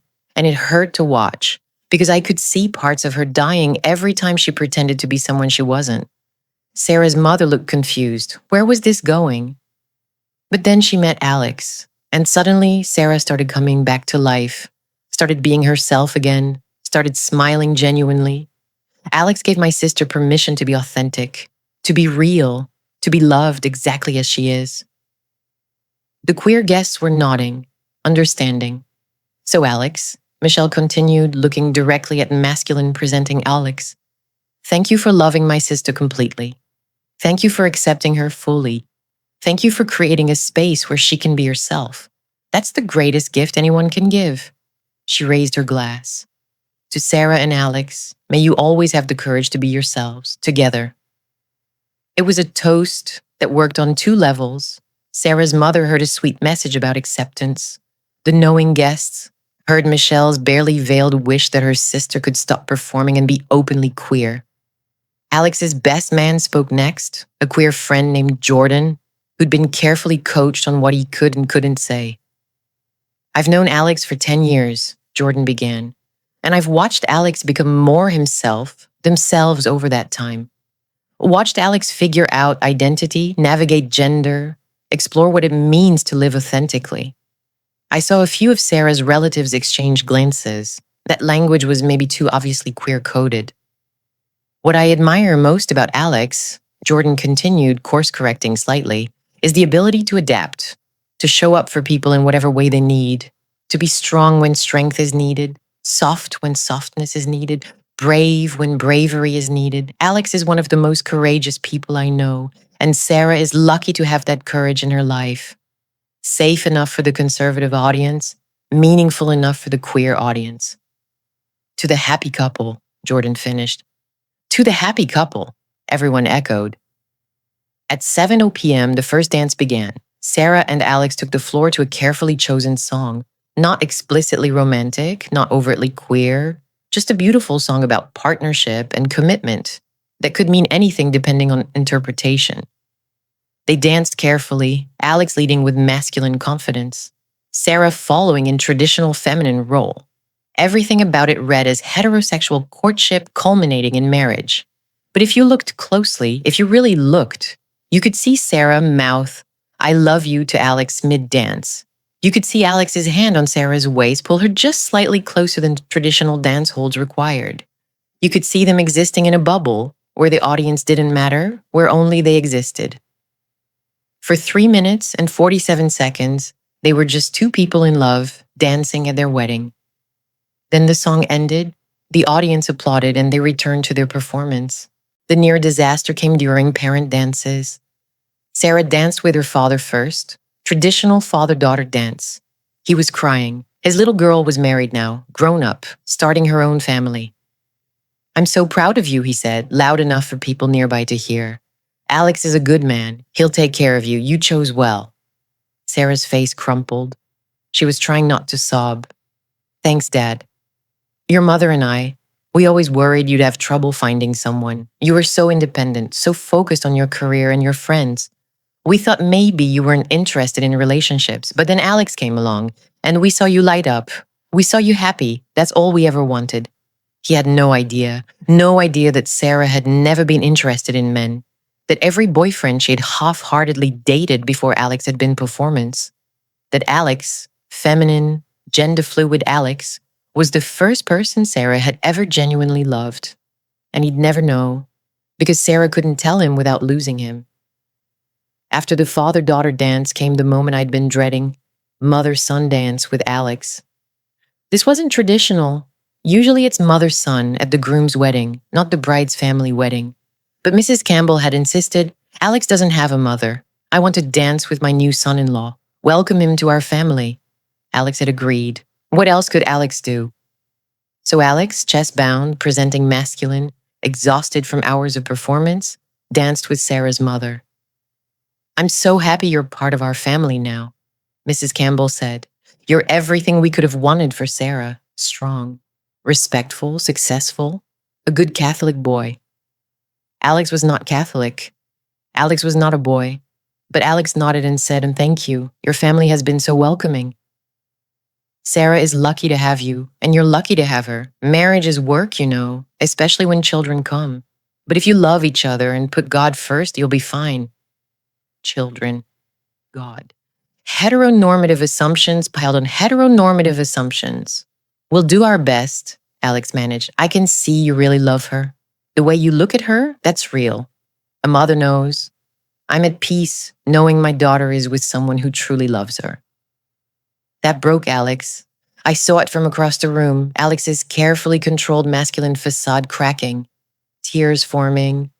Mrs. Campbell saw it too. Are you crying? That's so sweet. It's okay to be emotional on your wedding day. Alex was crying because Mrs. Campbell was right and wrong simultaneously. Alex did truly love Sarah, but Mrs. Campbell would never accept that love if she knew its true nature. The dance ended. Mrs. Campbell kissed Alex's cheek and froze. Her hand had brushed Alex's chest, had felt the binding, the flatness that wasn't quite natural. She pulled back slightly, confused, looked at Alex's face, looked at Alex's chest. I held my breath. Sarah saw it happening from across the room, tensed, started moving toward them. Mom, Sarah began. Alex, are you okay? Mrs. Campbell asked, concern replacing confusion. You feel unwell. Your heart is racing. I can feel it. Alex recovered brilliantly. I'm just emotional. This has been such an overwhelming day. Happy overwhelming. But I think I need some air. Of course. Go take a break. We've been running you ragged all day. Alex escaped to the terrace. Sarah followed. I followed both of them. Outside, Alex was leaning against the railing, breathing hard. I almost blew it, Alex said as she felt the binding. She knew something was wrong. But she didn't figure it out, Sarah said. You recovered. It's okay. It's not okay. I'm dancing with your mother while pretending to be someone I'm not, and she's telling me she's at peace knowing you're with someone who loves you, and she has no idea. Alex broke down completely. She has no idea she'd disown you if she knew the truth. Sarah held Alex, both of them crying on the terrace. I gave them privacy but stayed close enough to intervene if Sarah's family came looking. After 5 minutes, they pulled themselves together, reapplied makeup. Alex adjusted masculine presentation. Sarah fixed her dress.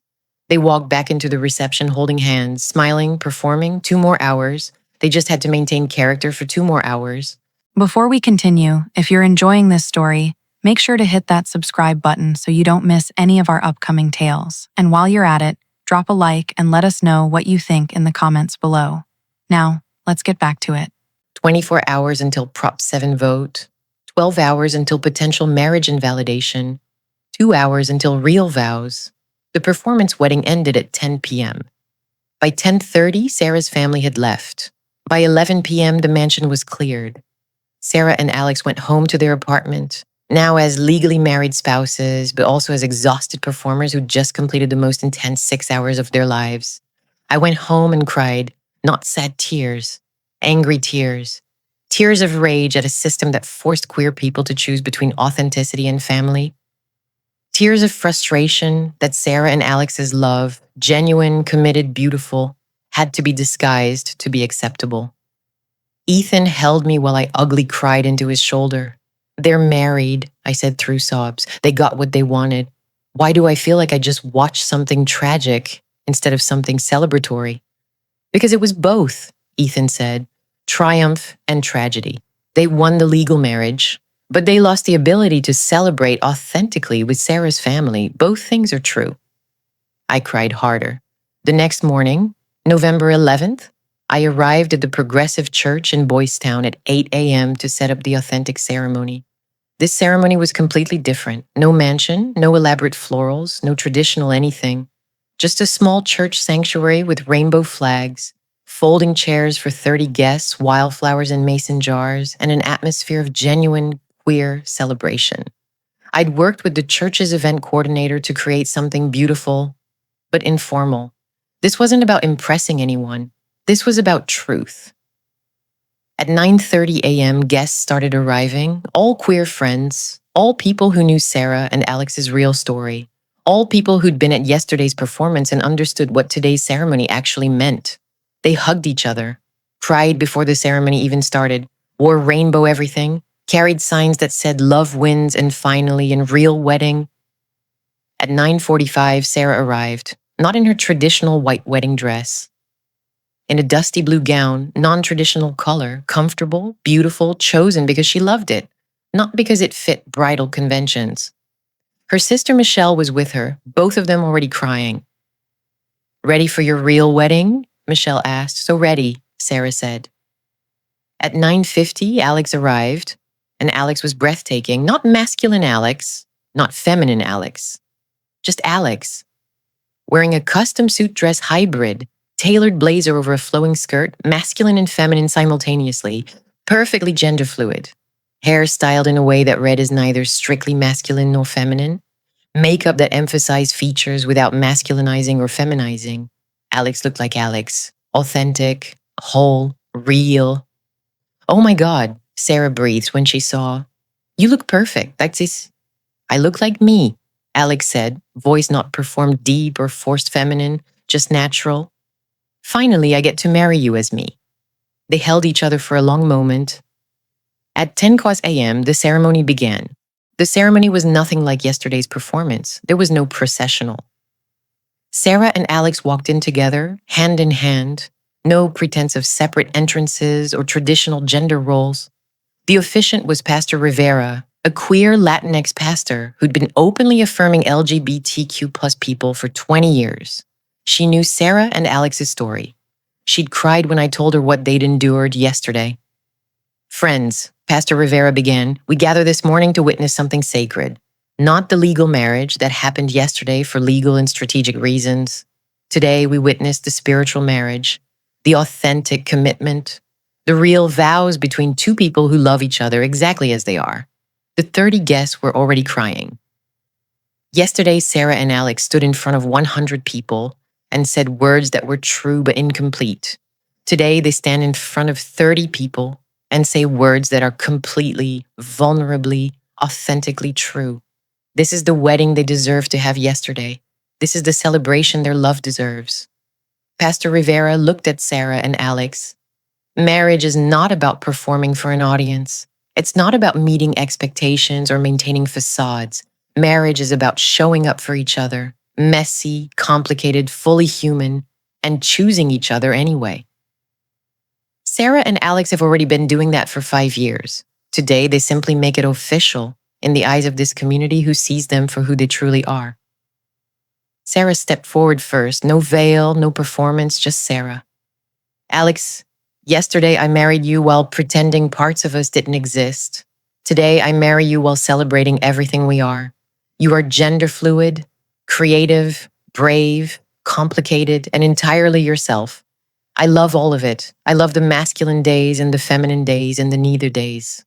I love how you navigate the world with grace, even when the world demands you be something you're not. I love that you sacrificed your authentic presentation yesterday so I could keep my family, even though that sacrifice cost you tremendously. Alex was crying. Sarah was crying. Every guest was crying. I'm sorry I couldn't give you the wedding where my family celebrated the real you, Sarah continued, voice breaking. I'm sorry the world forced us to choose between legal marriage and authentic celebration. But I'm not sorry I chose you. I will always choose you. In every world, in every timeline, in every version of reality, I choose you. Alex stepped forward, visibly shaking. Sarah, you are the bravest person I've ever met. You live between worlds every day. You navigate between your conservative family and your queer identity. You choose compassion even when people don't extend that compassion to you. You sacrifice your authentic self to maintain relationships with people who don't fully see you. That's not weakness.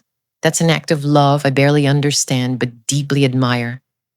Sarah was sobbing now.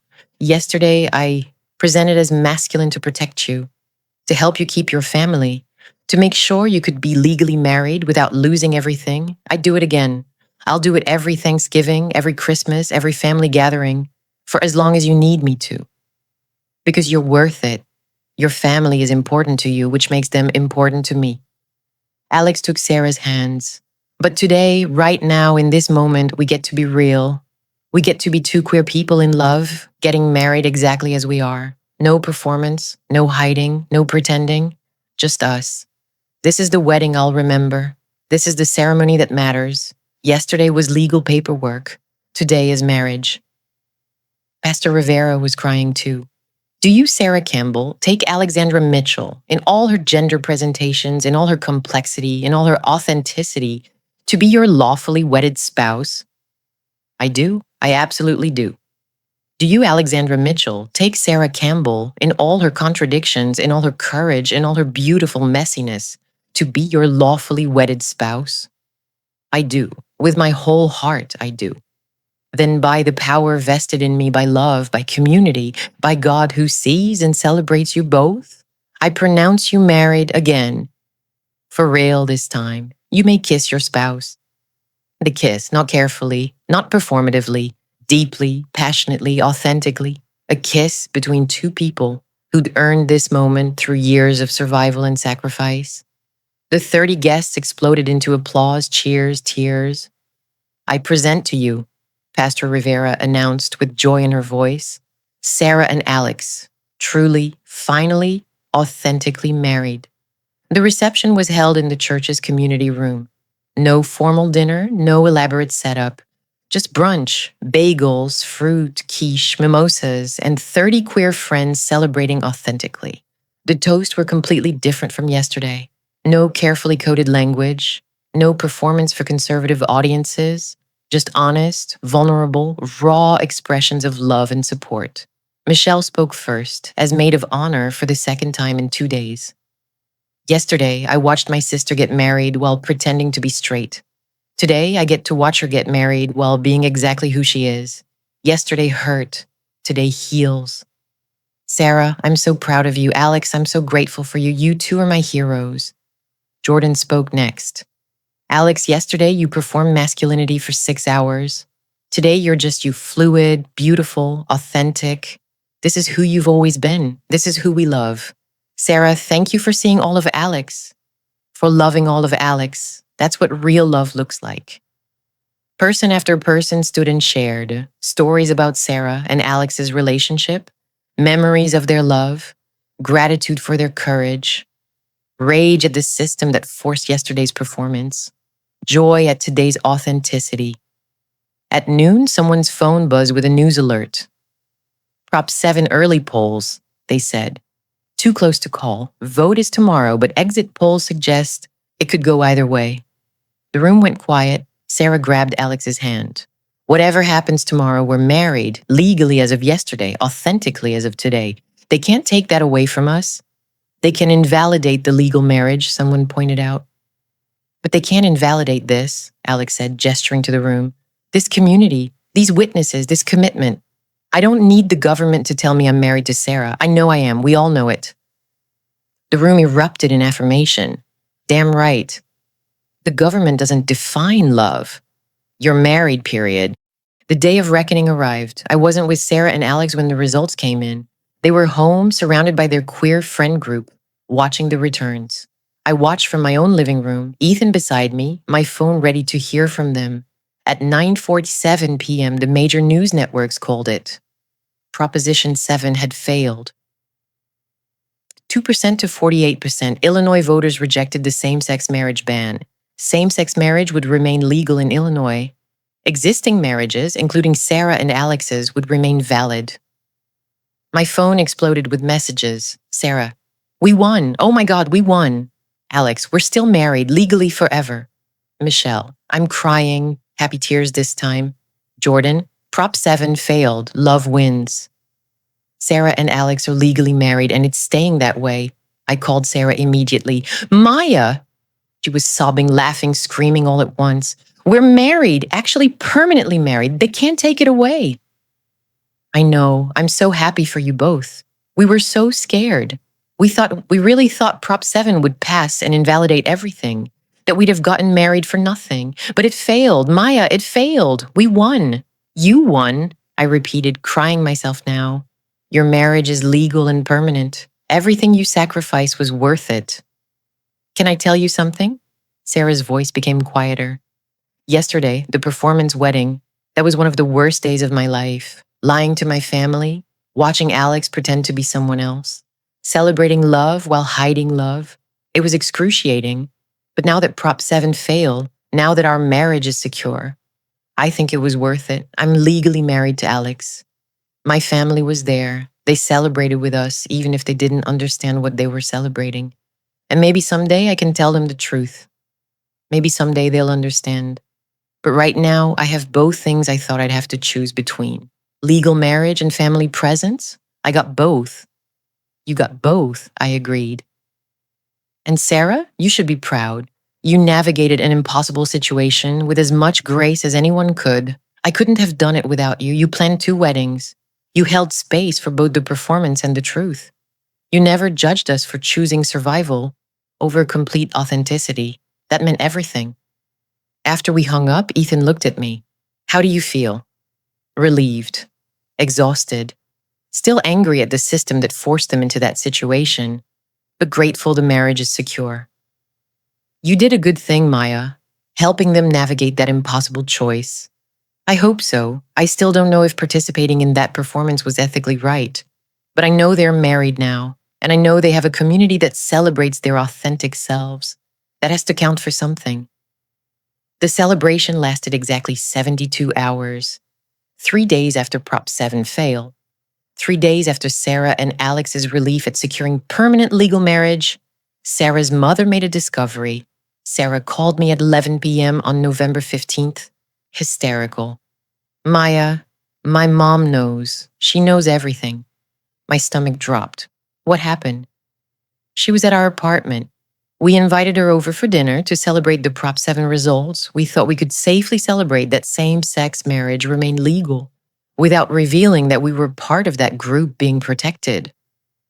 But while Alex and I were in the kitchen, my mom was looking at our wedding photos from Sunday's authentic ceremony. They were sitting on the coffee table. We'd been showing them to friends earlier and forgot to put them away. Oh God. She saw photos of Alex, gender-fluid Alex, not masculine Alex. Alex in the suit dress, me in the blue gown, not the white dress. Both of us at a completely different ceremony with rainbow flags everywhere. And she asked me what they were, what event they were from. What did you tell her? I couldn't lie anymore, Maya. I was so tired of lying. So I told her the truth. I told her Alex is female, that we're both women, that the Saturday wedding was performed so she could attend, but the Sunday wedding was real, that Alex has been presenting as male around her for 3 years because I was too scared to come out. How did she react? Sarah was crying so hard she could barely speak. She left, just grabbed her purse and left, wouldn't look at me, wouldn't speak to me. As she was walking out, she said, I don't know who you are anymore. And then she was gone. Sarah, I'm so sorry. She called me an hour later, said she's processing, but she's deeply disappointed. That she thought she knew me, that she raised me better than this, that she needs time to figure out if she can accept this or not. And Maya, Sarah's voice broke completely. She said if she'd known the truth, she never would have attended the wedding. She said I manipulated her into celebrating something she fundamentally opposes. She said I lied to her, deceived her, made her complicit in something she considers sinful. You didn't manipulate her. You protected yourself in an environment that wasn't safe for authenticity. She doesn't see it that way. She sees it as betrayal. She's talking to my dad, my siblings, trying to decide how the whole family should respond. Michelle is defending me, but everyone else is shocked. My dad isn't speaking to me. My aunts and uncles texting, asking if it's true that Alex is actually a woman. Everything is falling apart. What does Alex say? Alex feels guilty, thinks this is somehow her fault for not being able to maintain the masculine presentation permanently. But Maya, it's not sustainable. We can't keep performing forever.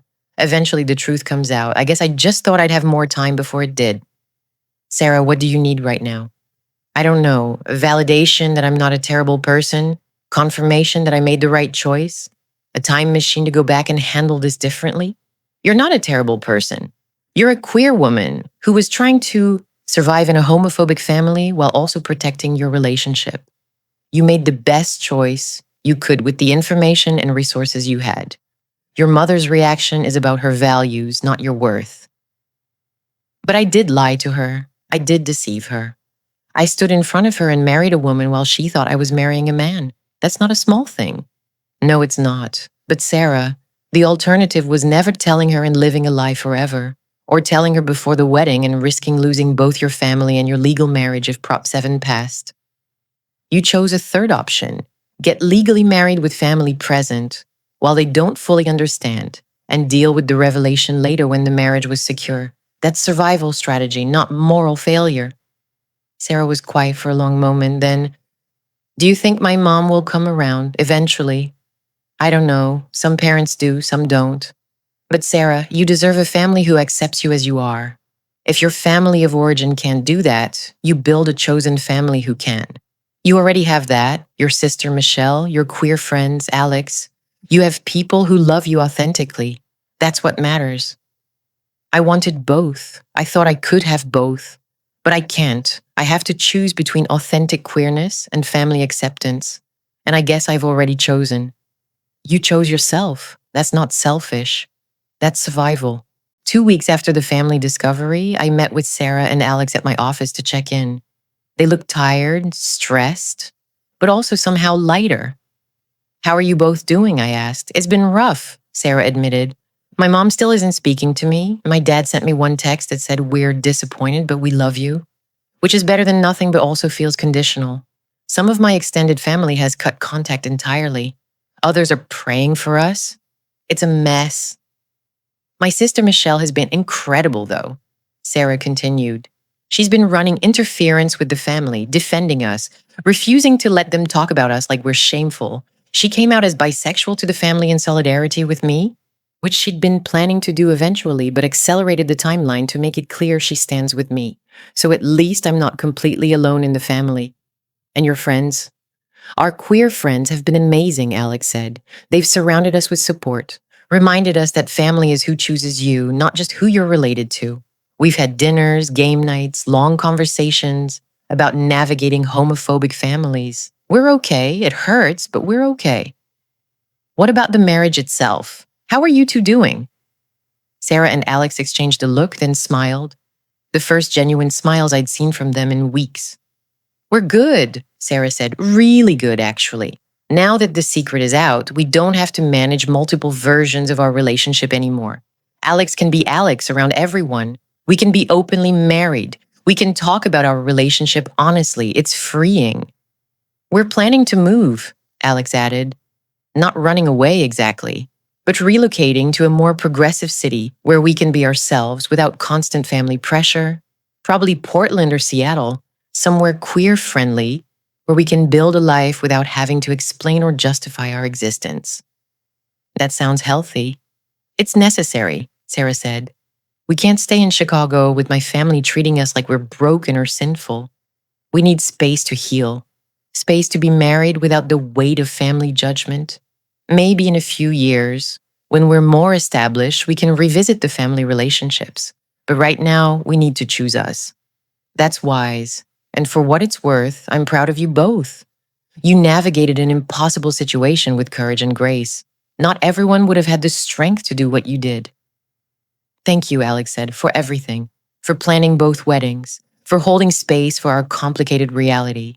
For not judging us for choosing survival strategies that weren't perfect. You made both days, the performance and the authentic ceremony, meaningful. We'll never forget that. I'm honored I got to be part of your story, both versions of it. As they were leaving, Sarah turned back. Maya, can I ask you something? Do you think we were wrong to deceive my family? To have that performance wedding? I thought carefully, before answering. I think you were in an impossible situation where every option hurt someone. You chose the option that protected your relationship while maintaining family connection as long as possible.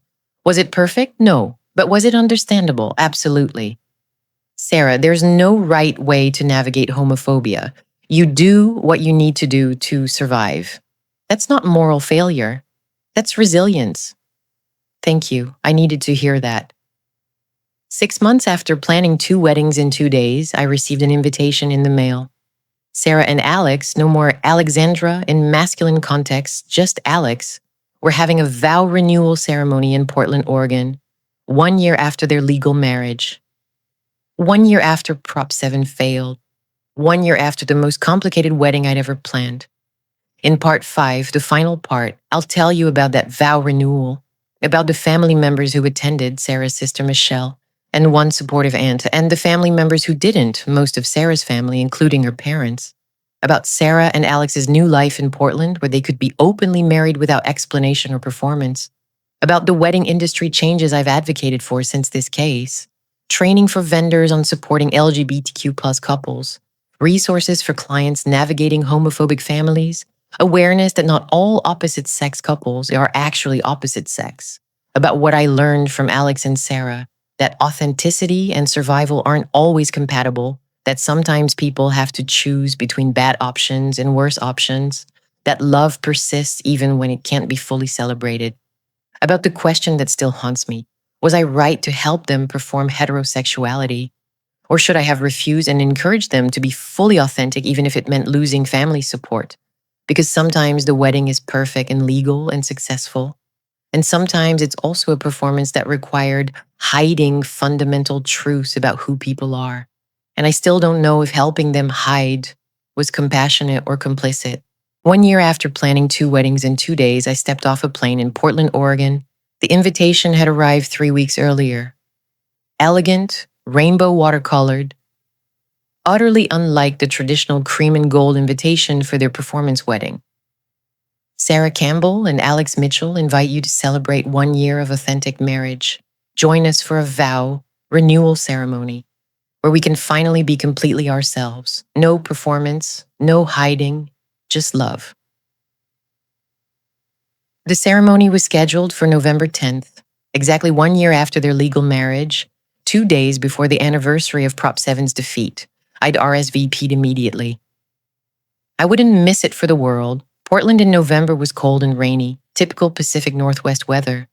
But the city itself felt warm, welcoming, aggressively queer-friendly. Pride flags everywhere, rainbow crosswalks. Everyone welcome here, signs in business windows. This was the city Sarah and Alex had chosen for their fresh start, and I could immediately see why. The vow renewal was being held at a queer community center in the Hawthorne district, a neighborhood known for progressive politics, independent bookstores, and thriving LGBTQ plus culture. I arrived at 10 a.m. to help with setup, even though I wasn't the official planner this time. Sarah and Alex had hired a local queer wedding planner named Max, Jordan Chen, they-them pronouns, who specialized in LGBTQ plus ceremonies. But Sarah had asked me to be there anyway. You were part of the beginning of this story. We want you here for this chapter too. The community center was decorated simply but beautifully. Rainbow everything. Flags, flowers, streamers, balloons.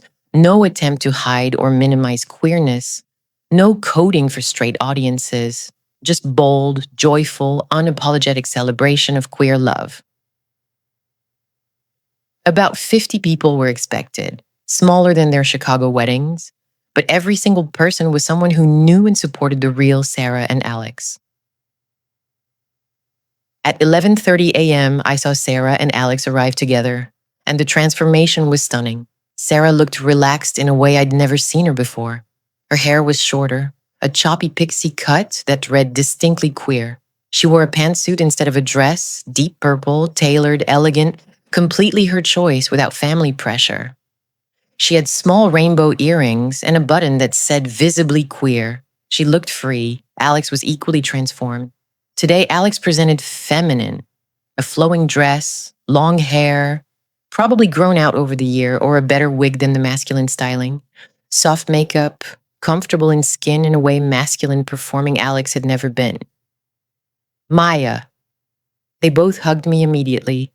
Thank you for coming. Thank you for being here. I wouldn't have missed this. You both look incredible. Happy? Settled. We are, Sarah said. This year has been hard, grieving the family relationships, adjusting to a new city, building new lives. But it's also been the best year of my life because I'm finally just me. I'm not performing straightness. I'm not managing what my parents think. I'm just Sarah. Queer Sarah. Married to a gender-fluid person, Sarah. Authentically myself, Sarah. How's your family situation? I asked carefully.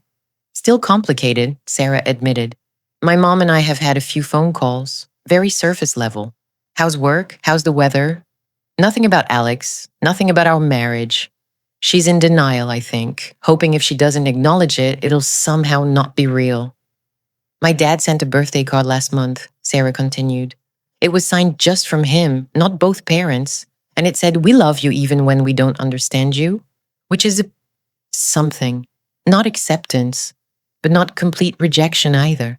And Michelle. Michelle is flying in this afternoon. Sarah's face lit up.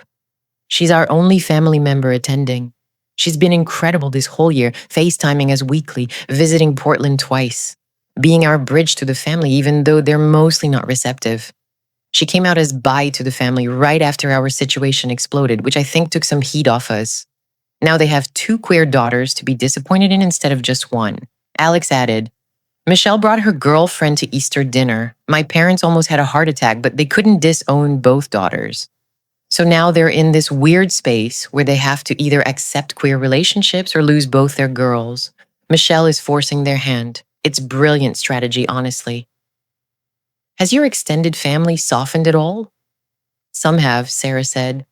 My Aunt Karen, she reached out about 6 months after everything imploded, said she was sorry for her initial reaction, that she'd been educated by her own kids about LGBTQ plus issues, and that she wanted to support us.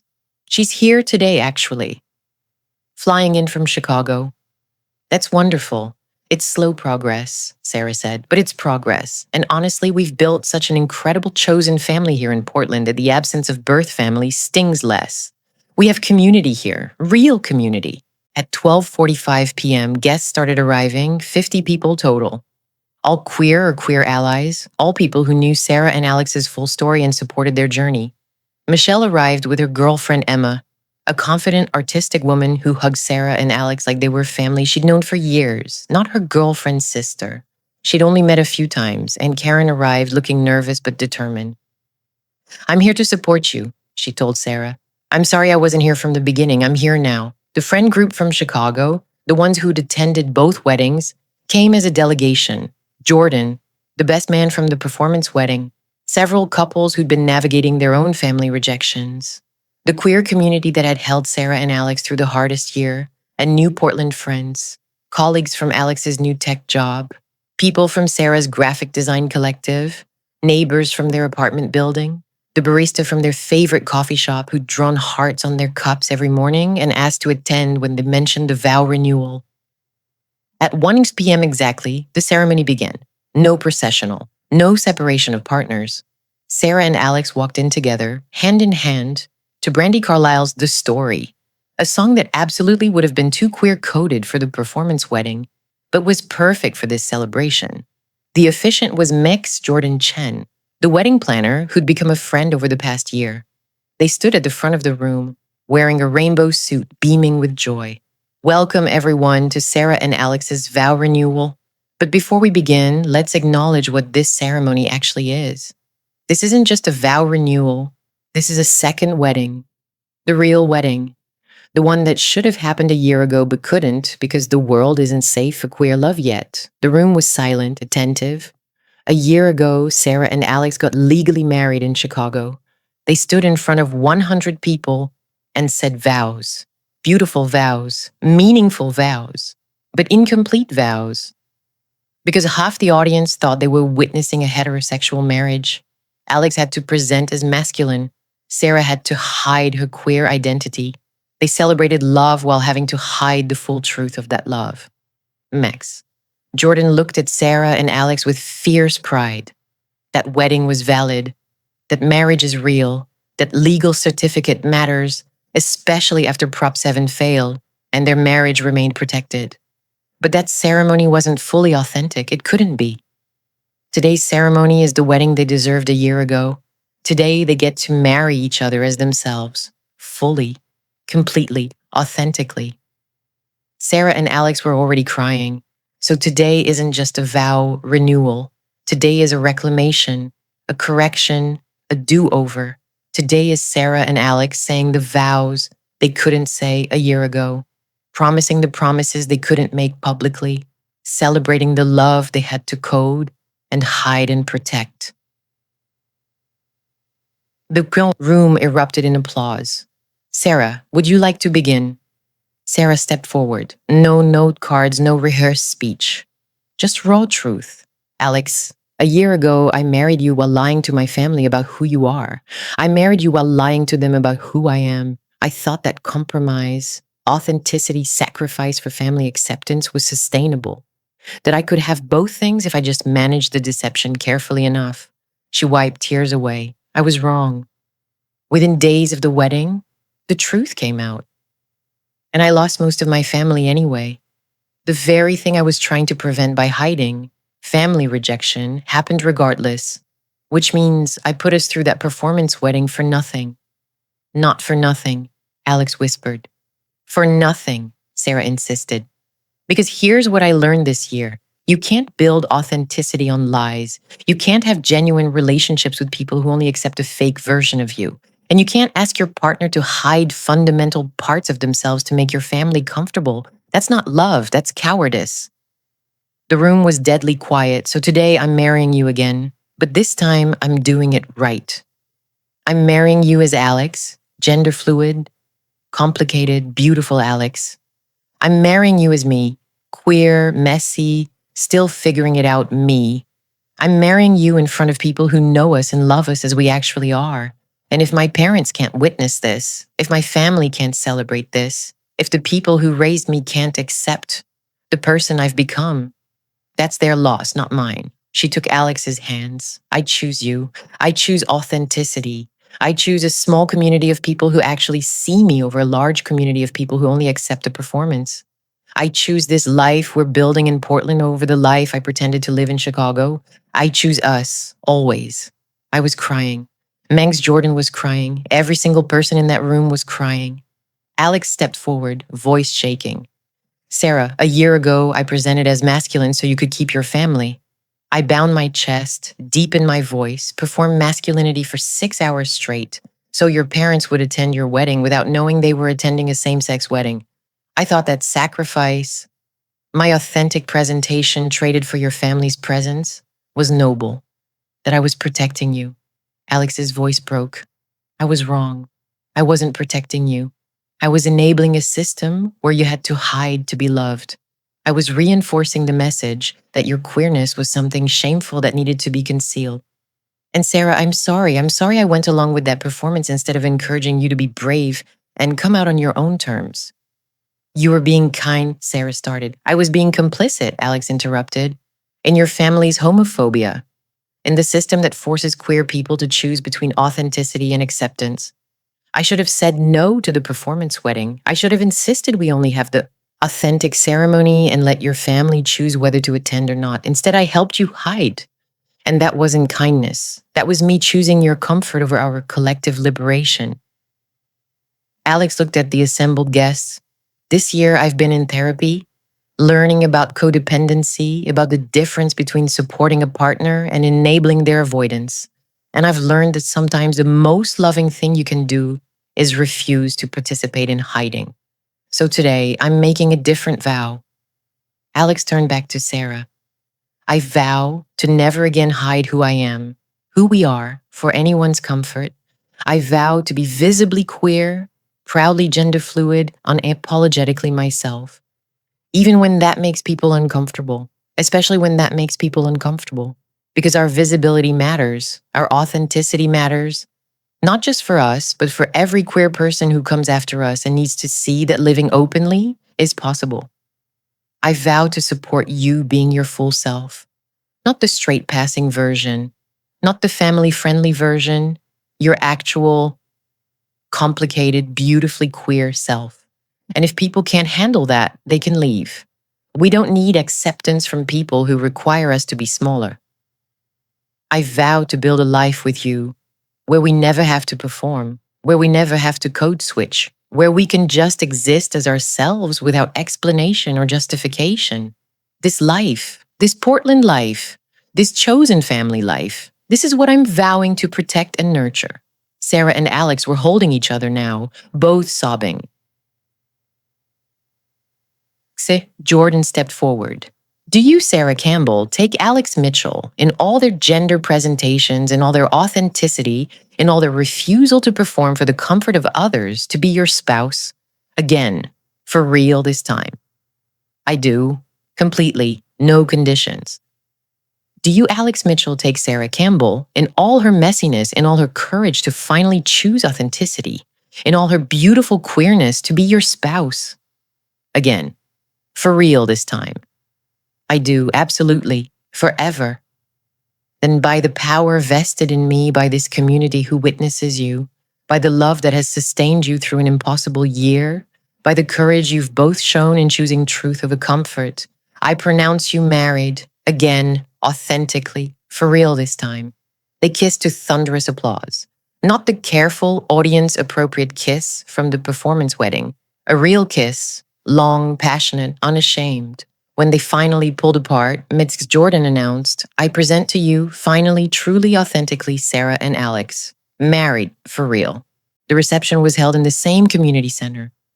No separation of ceremony and celebration, no formality, just continued joy, pizza, beer, cupcakes from a local queer-owned bakery, music from a playlist Sarah and Alex had created together. Nothing traditional, everything them. The toasts were raw and honest. Michelle spoke first. A year ago, I watched my sister get married while pretending to be straight. I hated it. I hated watching her hide. I hated that Alex had to perform. I hated that our family made Sarah feel like she had to choose between love and acceptance. She looked at Sarah directly. But Sarah, what happened after the performance wedding? Mom discovering the truth, the family rejection, all of it, that was actually the best thing that could have happened. Because it forced you to stop living in two worlds. It forced you to choose. And you chose authenticity. You chose yourself. You chose Alex. And yeah, you lost some family relationships, but you gained something more important: integrity, the ability to look at yourself in the mirror and know you're living honestly.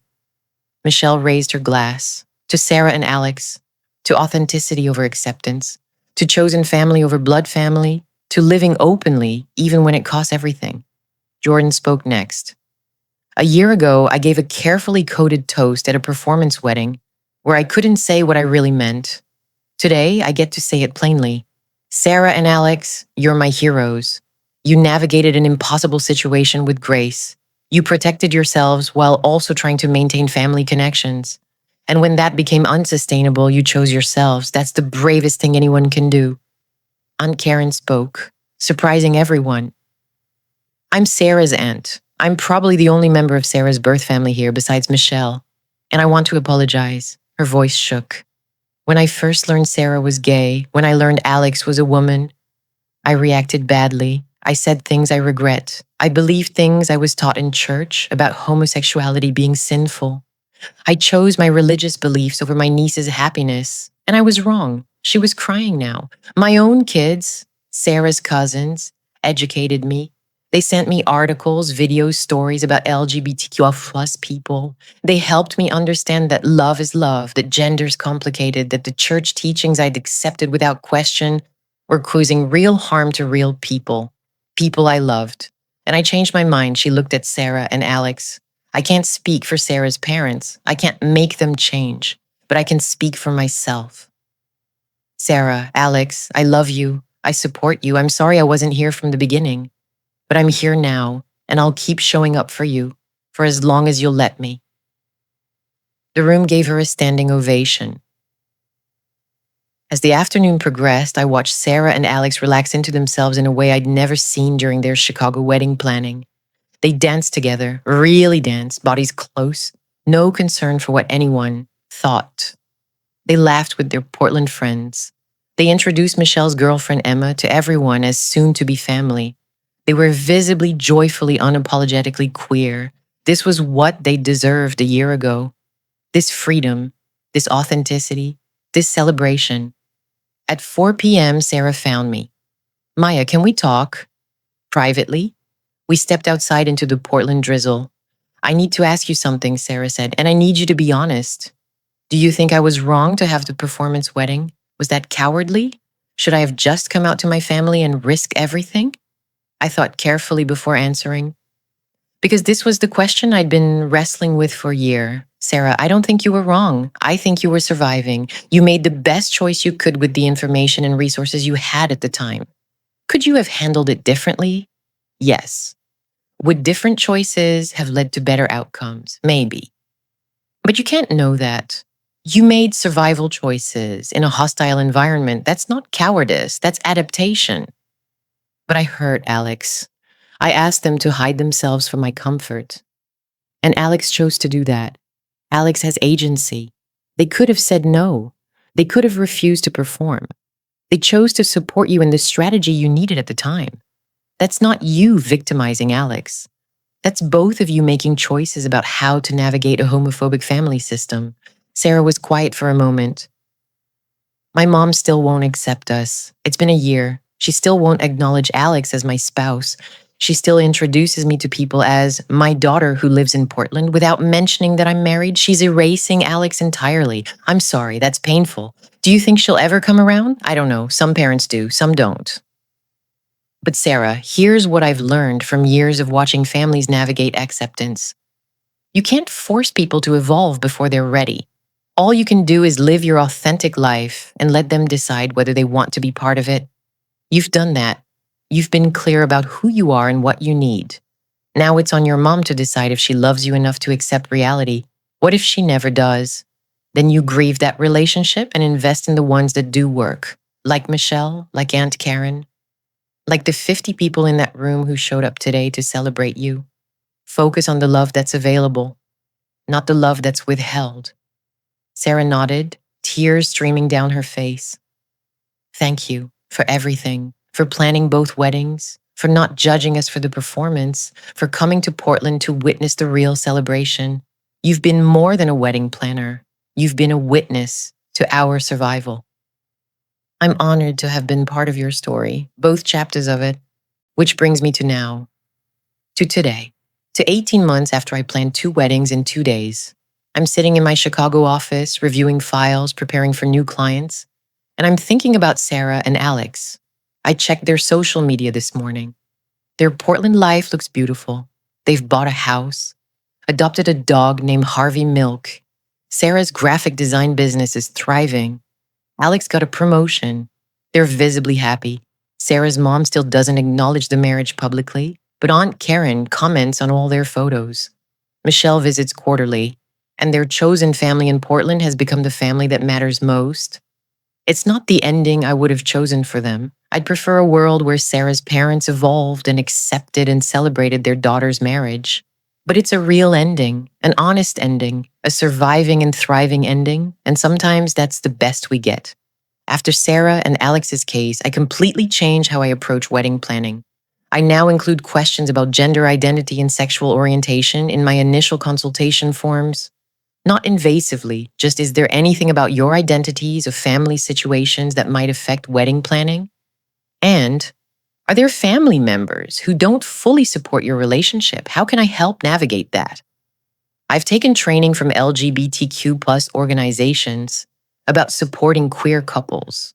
I've learned about gender-neutral language, spouse instead of husband, wife, partner instead of bridegroom, they, them until I know someone's pronouns, chosen family dynamics, understanding that family might not mean the blood relatives. Visibility versus safety, recognizing that not all queer couples can be fully out. Performance versus authenticity, understanding that sometimes people code switch for survival. I've also started refusing certain clients. If a family member contacts me asking me to plan a wedding for their child and mentions that they're hoping this wedding will help them get over their phase, or maybe marriage will make them normal, I decline the booking. I won't participate in weddings that are designed to pressure queer people into heteronormative expectations. But I will and have planned weddings for couples who need to navigate hostile family systems. Because after Sarah and Alex, I understand that survival strategies are complex, that sometimes people need to choose between bad options and worse options, and that my job isn't to judge their choices, it's to support them in creating celebrations that honor their love, however that needs to look. Since Sarah and Alex's weddings, I've become an advocate for LGBTQ plus inclusion in the wedding industry. I've written articles for wedding industry publications about recognizing that not all opposite-sex couples are actually opposite sex. Some couples have trans partners, some have gender-fluid partners, some are more complicated than traditional gender categories allow. Supporting couples who need to navigate homophobic families without judgment, without forcing them to come out before they're ready. Creating code-switching strategies for couples who need different ceremonies for different audiences. understanding chosen family, and making space for non-traditional family structures. I've trained other wedding planners on these issues. I've spoken at industry conferences. I've consulted with venues about creating inclusive policies. Because Sarah and Alex shouldn't have had to navigate that situation alone. They needed a wedding industry that understood their complexity and supported their choices, whatever those choices were. Here's what I still don't know 18 months later. Was I right to help them plan the performance wedding? Arguments for yes. They're adults who made their own choice. The performance wedding allowed them to get legally married before Prop 7 potentially passed. Sarah got to have her family present for her wedding, which mattered to her. It was a survival strategy in a homophobic environment, not malicious deception. Who am I to judge how queer people navigate hostile families? Arguments for no. I participated in forcing queer people back into the closet. I helped them deceive Sarah's family, which feels ethically wrong. The performance wedding reinforced the message that queerness needs to be hidden. Alex had to hide their authentic self, which caused psychological harm. Maybe I should have refused and encouraged them to only have the authentic ceremony. I've thought about this question for 18 months, and I still don't have a clear answer. What I do know is this. Sarah and Alex made the choice that felt right for them at the time. My job was to support that choice, not to impose my values about authenticity onto their survival strategy. Would I do it again? Yes. Because the alternative, abandoning them to navigate that impossible situation alone, feels worse than participating in a complicated compromise. Sarah and Alex, thriving in Portland, visibly queer, authentically married, building a life where they never have to perform. Still hopeful that Sarah's parents will eventually come around, but no longer waiting for that acceptance to live fully. Michelle came out as bisexual, dating Emma seriously. They're talking about engagement, maintains complicated relationships with parents who are trying to understand two queer daughters, serves as bridge between Sarah and their family, but refuses to hide her own queerness to make parents comfortable. Aunt Karen became an active PFLAG member, advocates for LGBTQ+ inclusion in her Catholic church. Maintains relationship with Sarah and Alex, trying to influence other family members to be more accepting, with mixed success. Sarah's parents still haven't publicly acknowledged Sarah's marriage. Mrs. Campbell occasionally texts Sarah surface-level messages. How's work? But never mentions Alex. Mr. Campbell sends birthday cards but doesn't visit. They're in a holding pattern, not actively rejecting, but also not accepting. The performance wedding guests who didn't know, most figured it out eventually. Social media photos from the authentic ceremony made it obvious. Some were shocked and offended. I can't believe they deceived us. Others were understanding. I get why they felt they had to do that. A few reached out to Sarah directly to apologize for not being a safe person to come out to. And me, still planning weddings, still bearing witness to people's complicated lives, still navigating the ethics of authenticity versus survival, still learning. Last month, I received a call from a potential client. Hi, my name is Jessica. My fiance and I are planning our wedding. We're both women, and my parents don't know I'm gay. My heart sank. Here we go again. Tell me more, I said. My parents are from a conservative culture. If they knew I was marrying a woman, they'd disown me, cut me off entirely.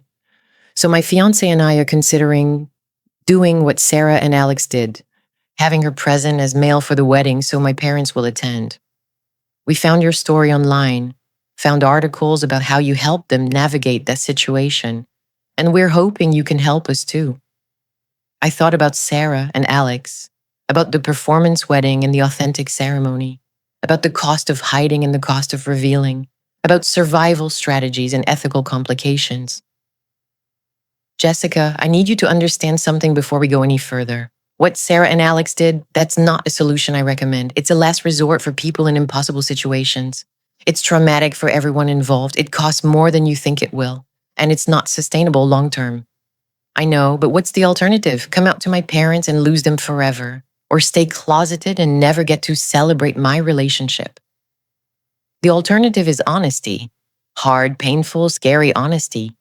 Coming out to your parents and giving them the choice to accept you or not. It might cost you the relationship, but the performance wedding will cost you too, just in different ways. But Sarah and Alex survived it. Barely, and only because they had the authentic ceremony the next day. And even then, the secret came out within days, and Sarah lost her family anyway. Jessica, the performance wedding didn't protect Sarah's family relationships. It just delayed the inevitable confrontation. So you're saying I should just come out and risk everything? I'm saying you should make an informed choice. If you choose to have a performance wedding, I'll help you. I won't abandon you, but I want you to understand the full cost first. I want you to consider whether the temporary presence of parents who don't actually see you is worth the trauma of hiding on your wedding day. She was quiet for a long time. Can I think about it? Absolutely. Take all the time you need. And Jessica, whatever you decide, I'll support you. But I'm going to encourage you to choose authenticity over performance because I've seen both versions. And the authentic celebration, even without unsupportive family, is the one that actually heals. I don't know what Jessica will decide. She hasn't called back yet, but I know what I'll tell her if she does. Your wedding day should be a celebration, not a performance. You deserve to marry your person as yourself, fully and completely. And any family member who can't witness that isn't losing you, you're losing them. That's the lesson Sarah and Alex taught me. The lesson it took 2 weddings to learn. Sometimes you have to survive first and live authentically later. But eventually, authenticity has to win. Because you can't build a real life on a false foundation. Even if that foundation is beautiful and expensive and everyone says it's perfect, if you've stayed with me through this entire story, through the discovery, the dual weddings, the family rejection, the vow renewal, and the ongoing complexity, thank you. I know this one doesn't have a neat resolution. Sarah's parents still don't accept her. Alex still carries trauma from performing masculinity for 6 hours. The performance wedding still happened and can't be undone. But here's what also happened. 2 women who love each other are legally married. They survived a hostile environment. They built a chosen family in a new city. They learned to prioritize authenticity over acceptance. They're living openly and joyfully. They're thriving. That's not nothing, that's survival becoming life. If you're queer and facing impossible choices about coming out, about family, about weddings, you don't owe anyone a performance. You don't have to earn acceptance by hiding yourself. You don't have to choose between authenticity and love. Anyone who forces that choice doesn't actually love you, they love the idea of you. It's okay to take time. It's okay to come out on your own timeline. It's okay to prioritize your safety and mental health. But know this, living authentically is always better than living acceptably. Not easier, not safer, not more comfortable, but better. If you're a family member of an LGBTQ plus person, your comfort is not more important than your child's authenticity. Your religious beliefs are not more important than your child's mental health. Your disappointment about them not being who you expected is not more important than them being who they actually are. You have a choice, evolve or lose them. There's no middle ground where they hide themselves forever to make you comfortable. That's not sustainable. That's not love. Choose love, actual love, not conditional acceptance. Choose to see and celebrate your queer family member fully, or accept that you're choosing to not be in relationship with them at all. And if you're a wedding vendor, planner, photographer, florist, anyone, learn about LGBTQ plus inclusion. Take training. Ask pronouns. Use gender-neutral language until you know someone's preferences. Create space for chosen family. Recognize that not all couples can be fully out. Support survival strategies without judgment.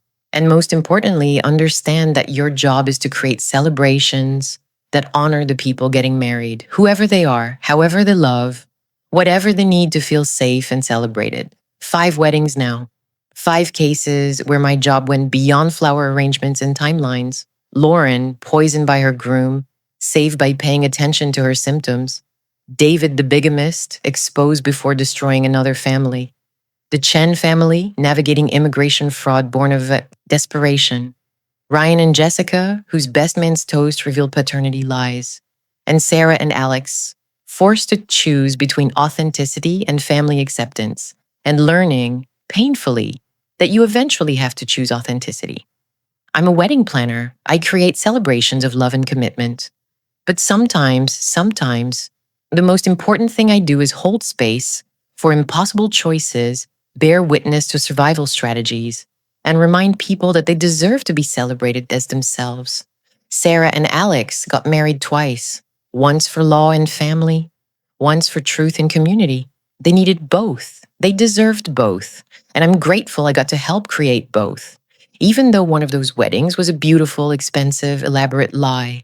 Because sometimes survival requires performance, and sometimes healing requires a do over, and sometimes the wedding planner's job is honoring both the survival and the healing, the performance and the truth, the impossible choice and the eventual liberation.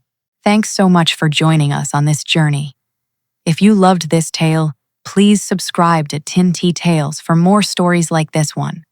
Hit that like button, leave a comment with your thoughts, and check out our latest uploads on the channel. We'd love to hear from you, and we'll see you in the next one.